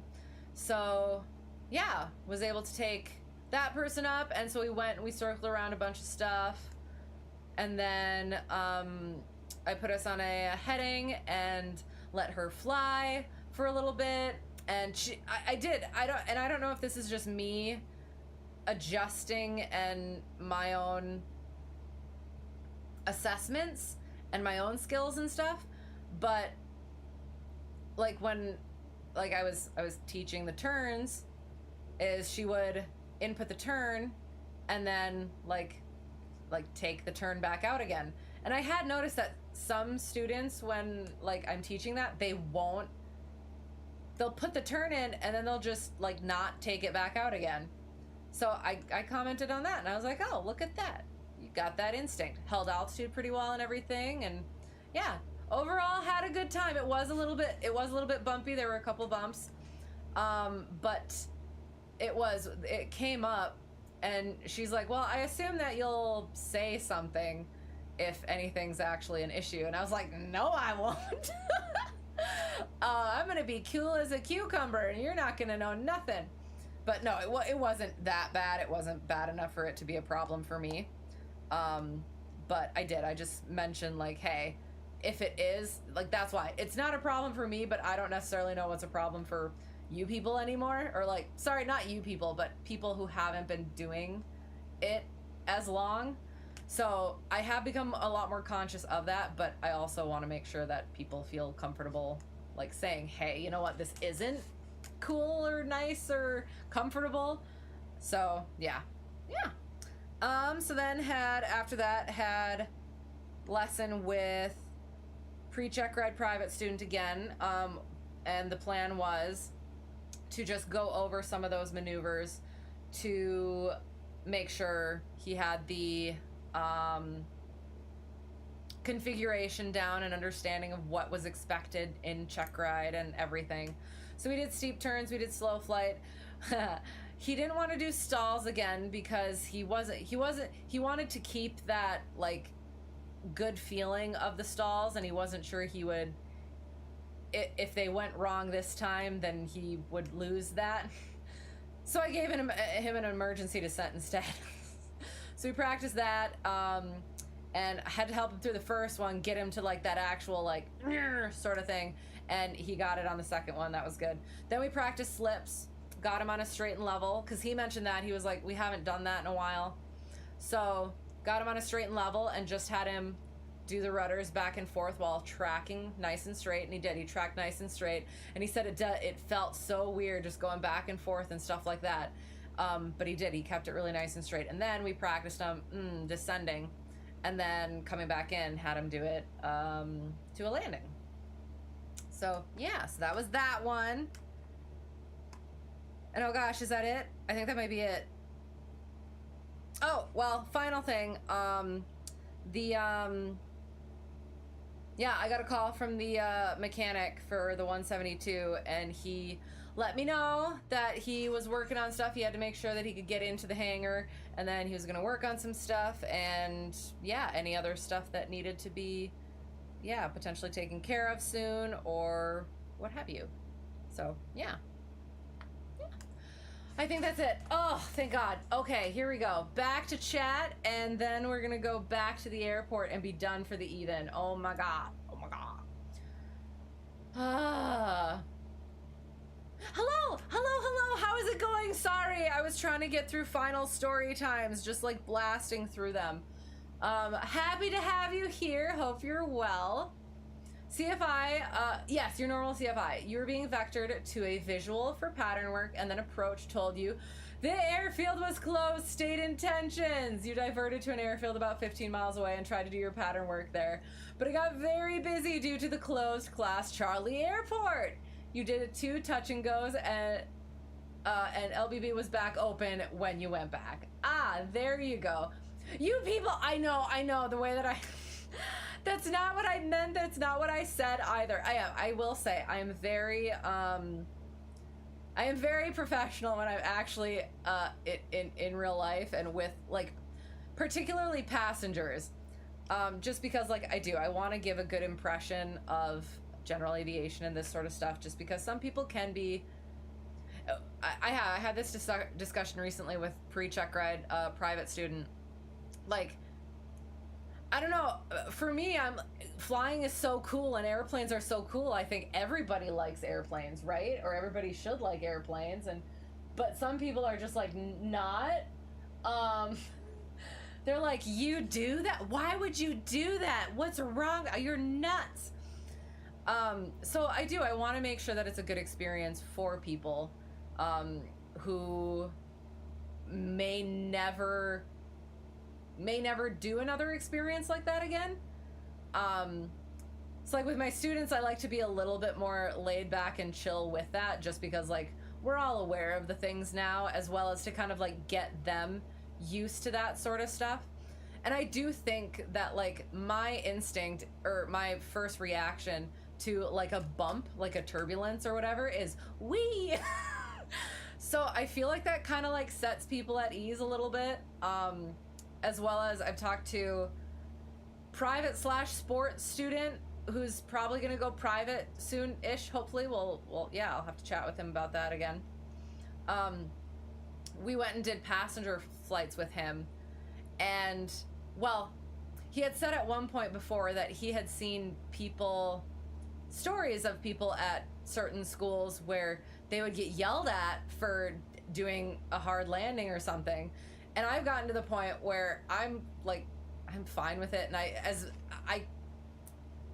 I do know when and how. Like, I've gotten a lot better at having them be able to go further into a not bad landing, but a less smooth landing, and then be able to use it as a learning experience, and be able to like kind of laugh with them about it, because it's a learning curve. You're gonna have those. You're gonna have them even after you've mastered being able to land, got consistent on landing. Everybody's got bad landings at some point. So yeah, like being able to be a little bit more at ease with that sort of stuff with students in particular, I feel is good as well. Where was I going with this? The you people stuff. Yes, I am. I'm much more professional when I'm in real life. Stop it! Give me back my plane. But yes, I know, but you like a spicy CFI. I definitely a spicy CFI. So like, that came out wrong potentially. That's one of the things too, is you know how I talk to you guys, and I talk about like ATC. It's like they'll say this and they'll say this and they'll be like, oh, and then okay, cool. I've started doing that with my students. So like we're like talking about towered ops, and I'll say, and they'll be like, okay, cool, and then I have to catch myself and be like, no, they won't say that. They will say this, and I will say it properly. So yeah, that's another sort of a thing. Half of the time you land, you say it, not my best, not my worst. Right, exactly. So yeah, and that was one of those things too, where when I was doing passenger flights with private sports student, we had specifically talked about that thing, and then during the passenger flights, there ended up being a pretty spicy crosswind, which I tried to let him. I try to let them fly as much as possible to get that experience, and so on one of them, it ended. I feel bad, but like it did. It was quite the landing, quite the landing, or 3 landings. No, it was a bit, what, yeah, not in, how do I put this without, I was perfectly in control at all times. Like, it wasn't gonna actually do anything like awful or go off the runway or anything like that, but it was an experience for all of us. And like, and he said to the passengers in the back, he was like, this is kind of a spicy landing. And I started laughing, because it was just like, you're gonna have those sorts of things, which I hope at least put them at ease as well. Like, what the did we just experience? And I apologized to him afterward. I was like, I was thinking from an instructor point of view at that point, to like let him fly it and get that experience. And I didn't think about the whole like, I thought less about the having passengers in the back and making a good impression sort of thing. And he was like, oh, I'm totally good with it and everything. And I was like, okay, that's cool, but still, that was one of the things that I should have thought about. So yeah, lesson learned. And bad landings come in waves like this. Yes, is that what you're saying? Absolutely. You're doing your IFR training right now and your landings have gotten very questionable. It happens to all of us. But also you have been forced to land in a 20-knot crosswind the last 3 to 4 times. It's good for you. It builds character. Oh, and it's more fun to find the humor and like recognize that it's just part of the process, and you just get better next time. Yeah. Anyway. All right, should we land this thing? Where are we going? Okay. Ugh.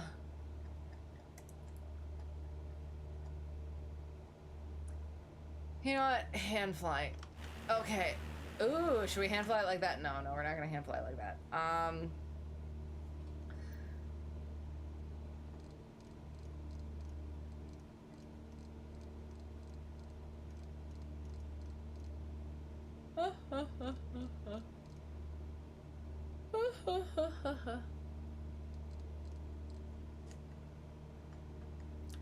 Get it started going that way.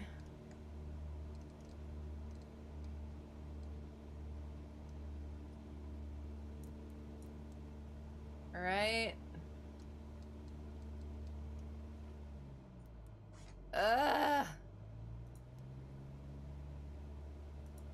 Sure, runway 13, why not? And Av. I was like, oh yeah, we'll go ahead and hand fly it. Nah. Why? Why would we do that? Always try to be positive. Yes. Well, and that was something that Bonanza Pilot and I like kind of talked about a little bit, because he's a CFI too, and he mentioned that like he had to kind of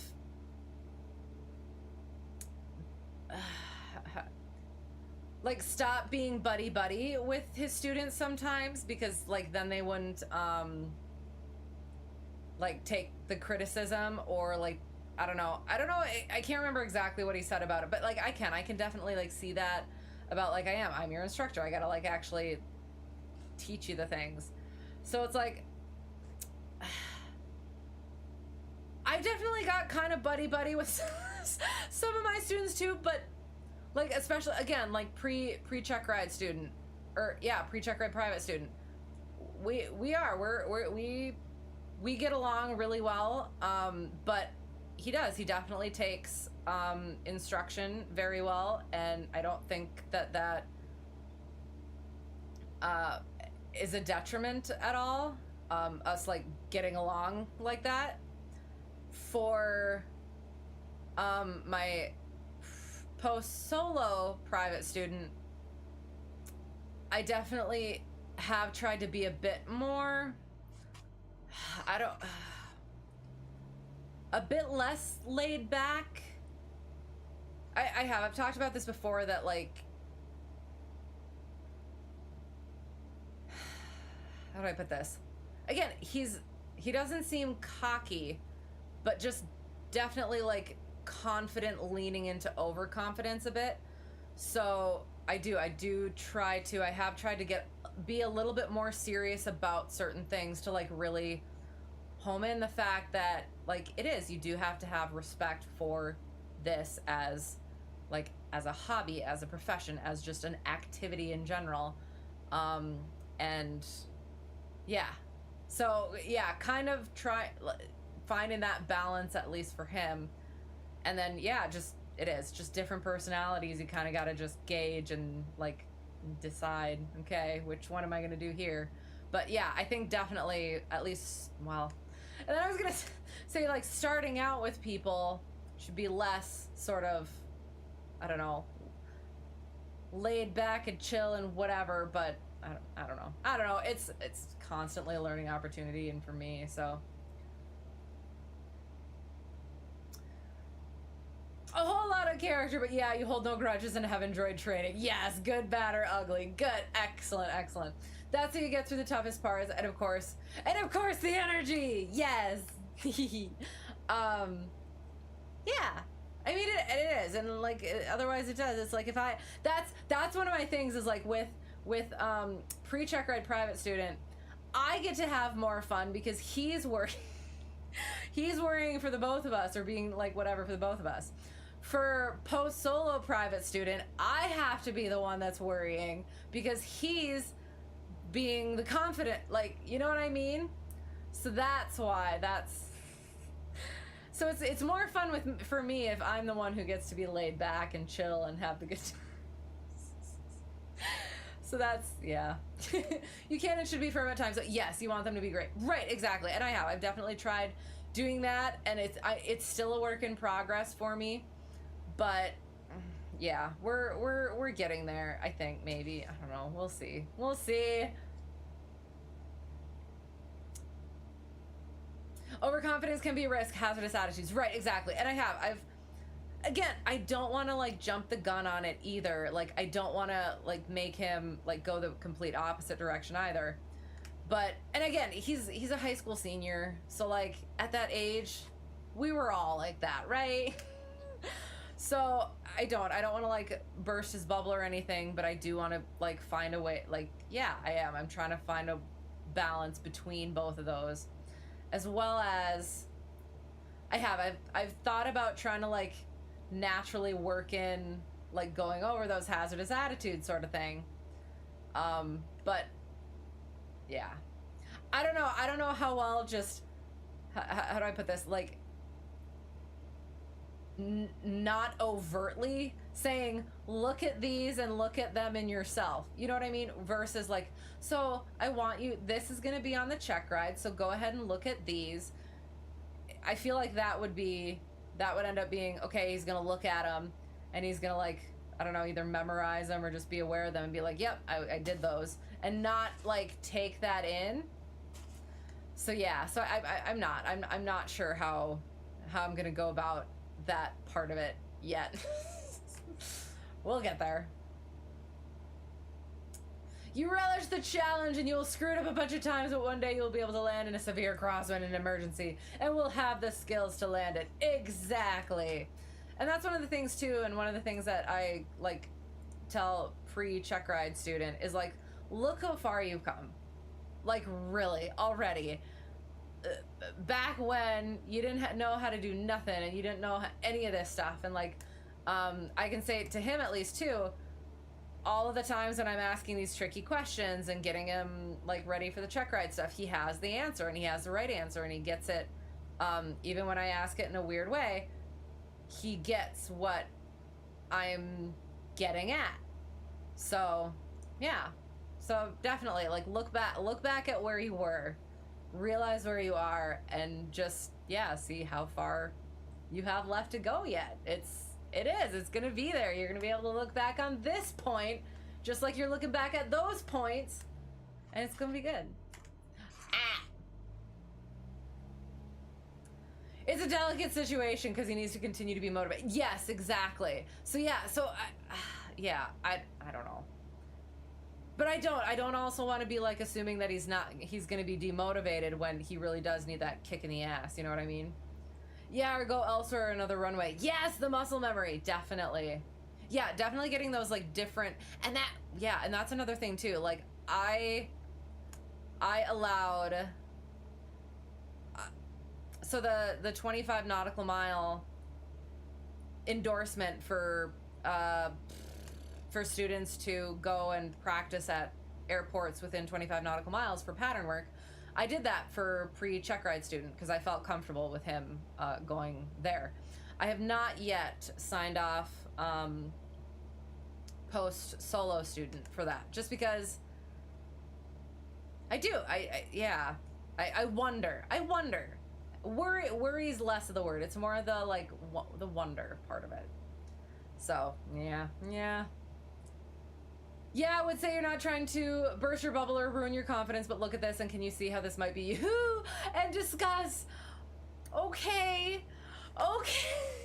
That seems so blunt though. Oh God. Okay, because there was a moment too though, like when we were doing a ground thing, and he asked something like something about how does everybody not get this stuff where I'm at, sort of a thing, and like he wasn't doing, and no, like that was not like what my thing was, because we were talking about weather and stuff, and it was a lesson, so it was stuff that we hadn't introduced yet. So that kind of just like made me think like, oh, does he think that he's like not getting stuff? Because that's the other thing too, is because he does get the stuff and does do things fairly well. So it kind of seemed to me like in the FOIs, the fundamentals of instruction, he seemed to be like one of the the more confident students that get stuff right away, and then that then they just become content with that rather than even getting even better when they can. So I was kind of using that as sort of a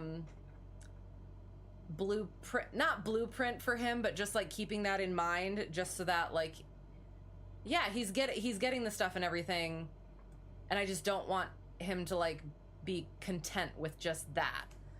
So keeping on upping that standard and everything while still how do I put that? Yeah, while still like, yeah, maintaining that confidence. So like if it is, I don't want to be assuming that is him and then ruining his confidence. So yeah, I don't know. People forget about their progress. Their minds are so wrapped around the current challenges they lose track. Yes, absolutely and exactly. Cause yeah, like even for myself, it's like sometimes it's like difficult because like the double I stuff, I'm trying really hard to be like good at it, and it makes me nervous just because like the instrument stuff is very, again, apart from like teaching somebody to fly a plane in general, instrument stuff can be it can be dangerous. So I want to make sure that I'm like well prepared to prepare somebody else for that stuff. So that can be like a little bit disheartening when it feels like I'm not making the progress that I would like to. And then like if I look back and I'm like, okay, think about those times when I was in private and I did something silly or I couldn't get stuff, that is going to pass too. So I have no idea what pattern is here. Hang on. 1800. Okay, coming in. Might have to slip it. We're probably a little far away. So yeah, so that's what I try to do to, for my students as well too. Seems a bit forward, sure. You were trying to word it delicate. All the delicacy of a raging bull. No, I'm just kidding. Yeah, and I could definitely use that as like a, oh, what are you doing there? My rudder was strange. Yeah, I could definitely like, cause I don't know. But, and that's the other thing is like, maybe that's what he does need is that bluntness. Cause every time I try to like figure out, okay, how do I put this delicately? I also feel like it's not gonna come through. You know what I mean? So I don't know. Okay, sorry, hang on. Let me just actually like land this thing like a normal person, kind of, even though like our approach is kind of, oh, okay, we are at 500. Sounds good. 83, we got our flaps in, carb heat is irrelevant, fuel is on, undercarriage is fixed, mixture's full rich. Power, propeller pump, safety, seat belts, and security. Coming in at like friggin' 90. I don't want to be, I want to slip it. There we go. Numbers, aiming at those numbers. Okay, now we're going like this, and we got lots of energy. Less energy than we thought. Oh god, my rudders aren't working. My bad.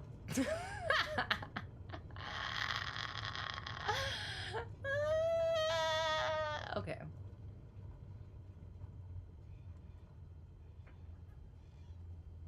Oops. Oh, no. We're gonna go like this. And then we're gonna go like this. Okay, honestly, I can taxi a lot sharper than this in a real plane. I just want to say that. Sorry, anyway.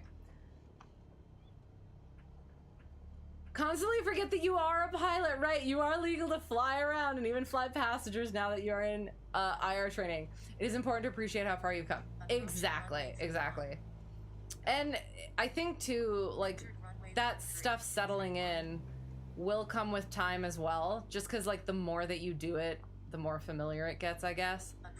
Because yeah, I think I've mentioned before, I didn't really get as, and not that I'm like fully confident or anything, I've gotten a lot more confident since doing my long haul ferry flights, as well as doing the CFI training, as well as the actual instructing.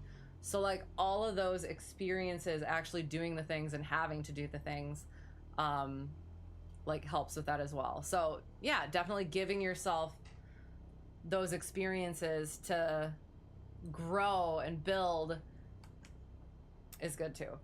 You are sure you will be a very delicate CFI once you get there? Yeah, you think so? You'll figure out the wordings that you need to use, maybe, or not. Never know. Hey, different techniques for different students and different instructors. For some people, being blunt works best. Hard to tell that. Right, exactly. And that's why it's like you can't. I feel like you can't like come back. You can always go a little bit harder, but it's a lot more difficult to come back from going a little too hard. You know what I mean? In that respect. Looks like a cross-controlled situation. Yeah. I don't know what I was doing with my runners. Probably I'm doing it once. That was a good. Oh well, thank you. I do. I promise. I fly better. I land better. I do everything better in an actual plane. But thank you. We landed. You prefer a hard, constructive truth. Fair. But yeah.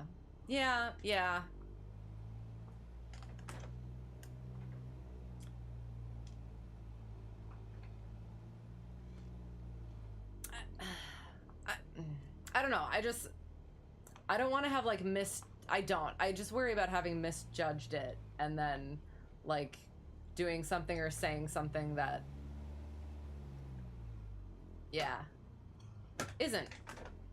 wasn't the right thing, right? You believe me, seriously?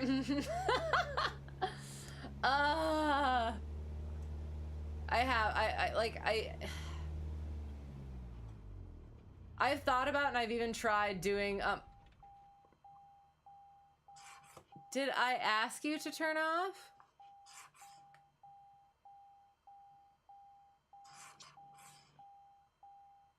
Apparently I did. Okay, so post-flight electronics. Leave the beacon on, flaps go up, pitot heat off, avionics, and mixture and throttle, I guess. Liquids, flow.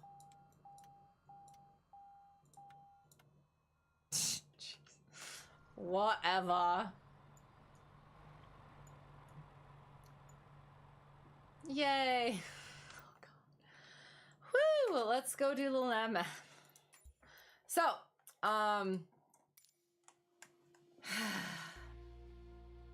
yeah, no, I've thought about like having the whole camera thing in the cockpit, but like it's like there's people who are really good at finding places with very little information and just like little visuals, right? So I just worry about like doxing myself. So unfortunate. You felt like it would be hard to come back. You feel like it would be hard to come back, right? It's a difficult situation, but if you suspect a safety issue, then rather say something harsh than let him or her do something stupid and paying the consequences. And that's the thing is like, I feel like it's not at that point yet.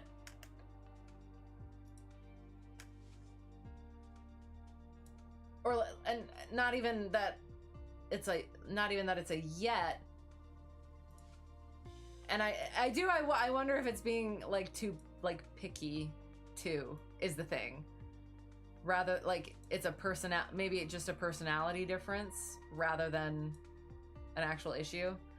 But I definitely get that stuff, and it's something that I've been working on and we've been working on, and I don't know, we'll see.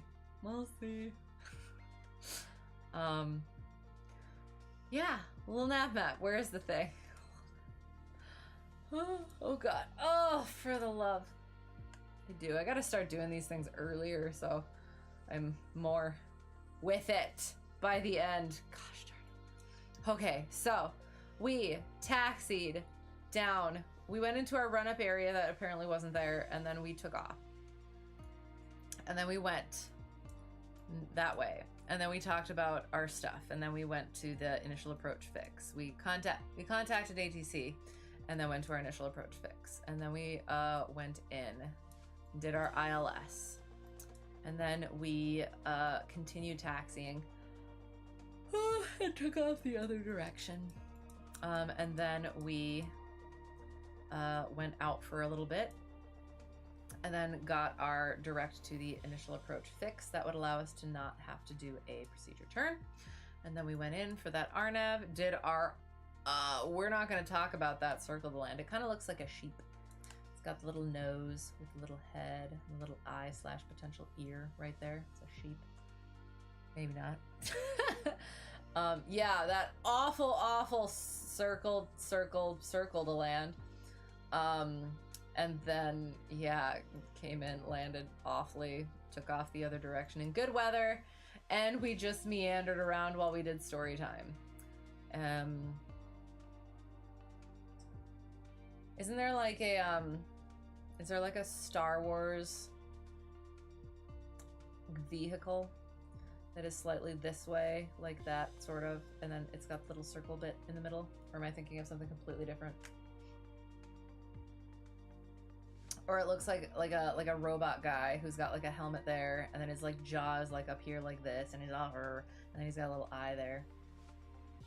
That works too, right? Right? Yeah.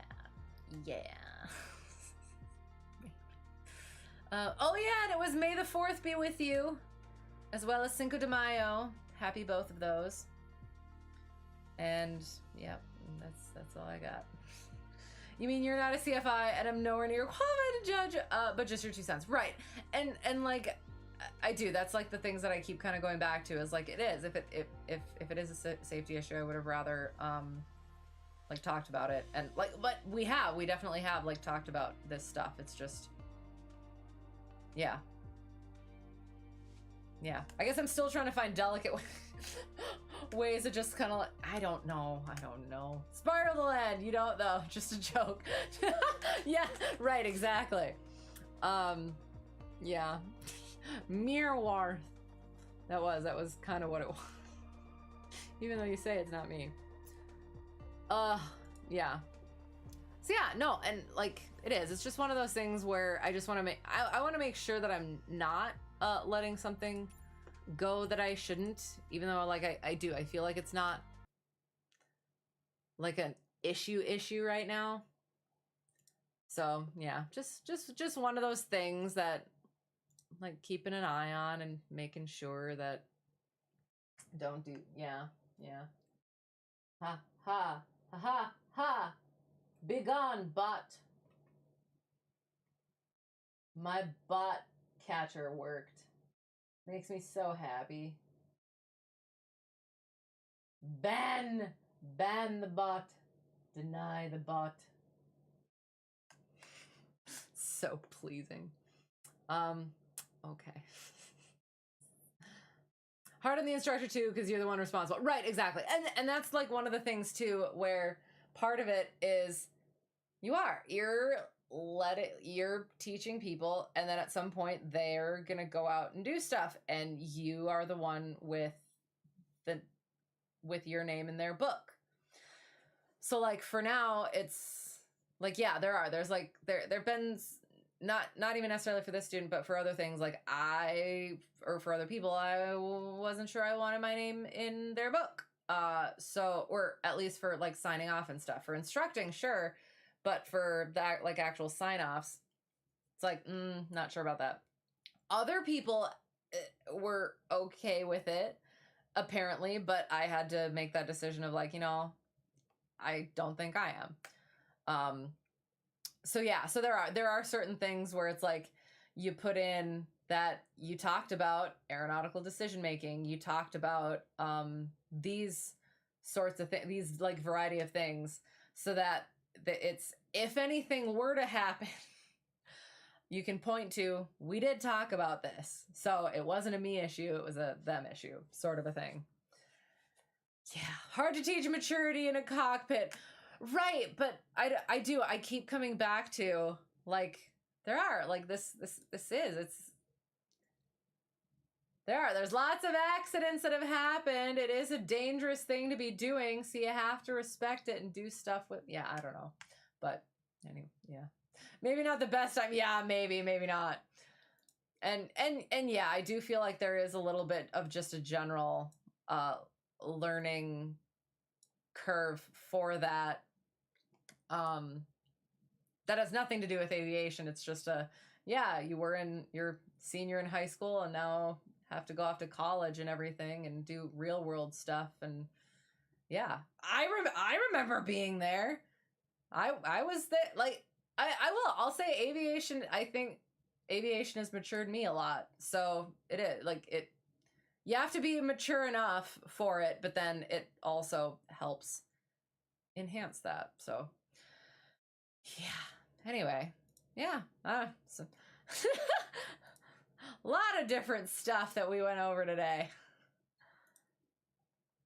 Hang on. Put that there. Put this here.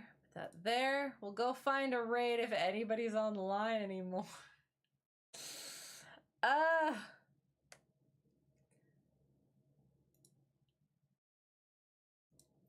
Yeah, it does. It's like there's some weeks that like nothing really happens, or like not nothing, but just like the usual happens. And then there's other weeks where it's just like I don't remember what I did because like so many different things happen. I don't remember when things happen. It's just blah. But yeah, so I appreciate you guys for sticking with me and putting up with me and my shenanigans. And why am I here? I have to go this way. I'm clicking the wrong buttons. And yeah, so I am. I'm hoping that soon-ish. I keep kind of saying that, but it feels like it's I don't know, on the way, but I don't know, maybe that's not, I don't know. To be like having a little bit more structure. But we'll see.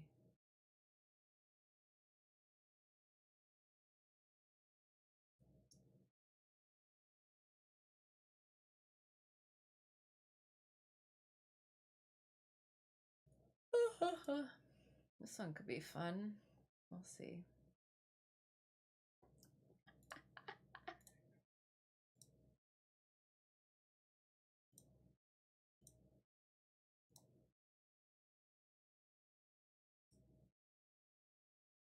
I'm just gonna double check.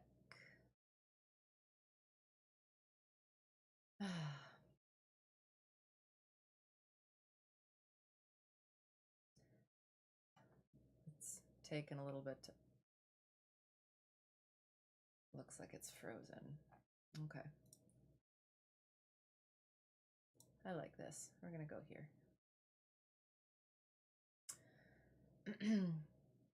We learn a lot teaching. It's insane. Right, exactly. And that's why I did not want to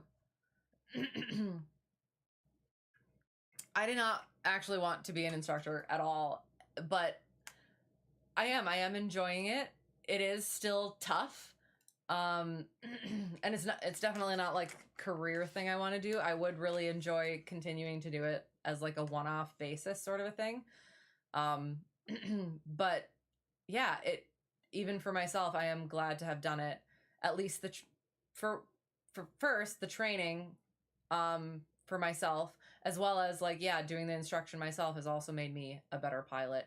I think anyway, I hope. So yeah, it is. It's good.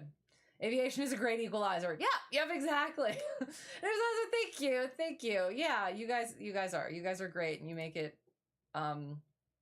Yeah, I do. I enjoy doing this, and I enjoy sharing it, and I appreciate that you guys enjoy it, and it does. It just makes it that much more fun, better, and all those good things. So, yeah.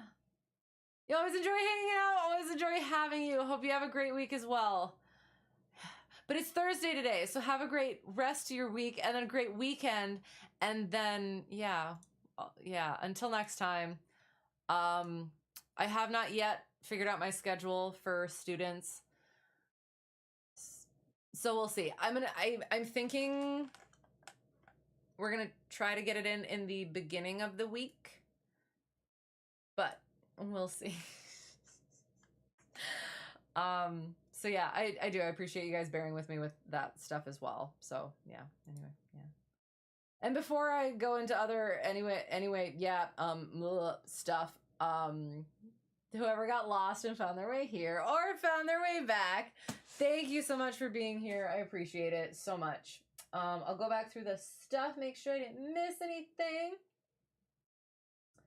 Thank you, Stu222 and Cross Hyperoo. That rhymed. That made me happy.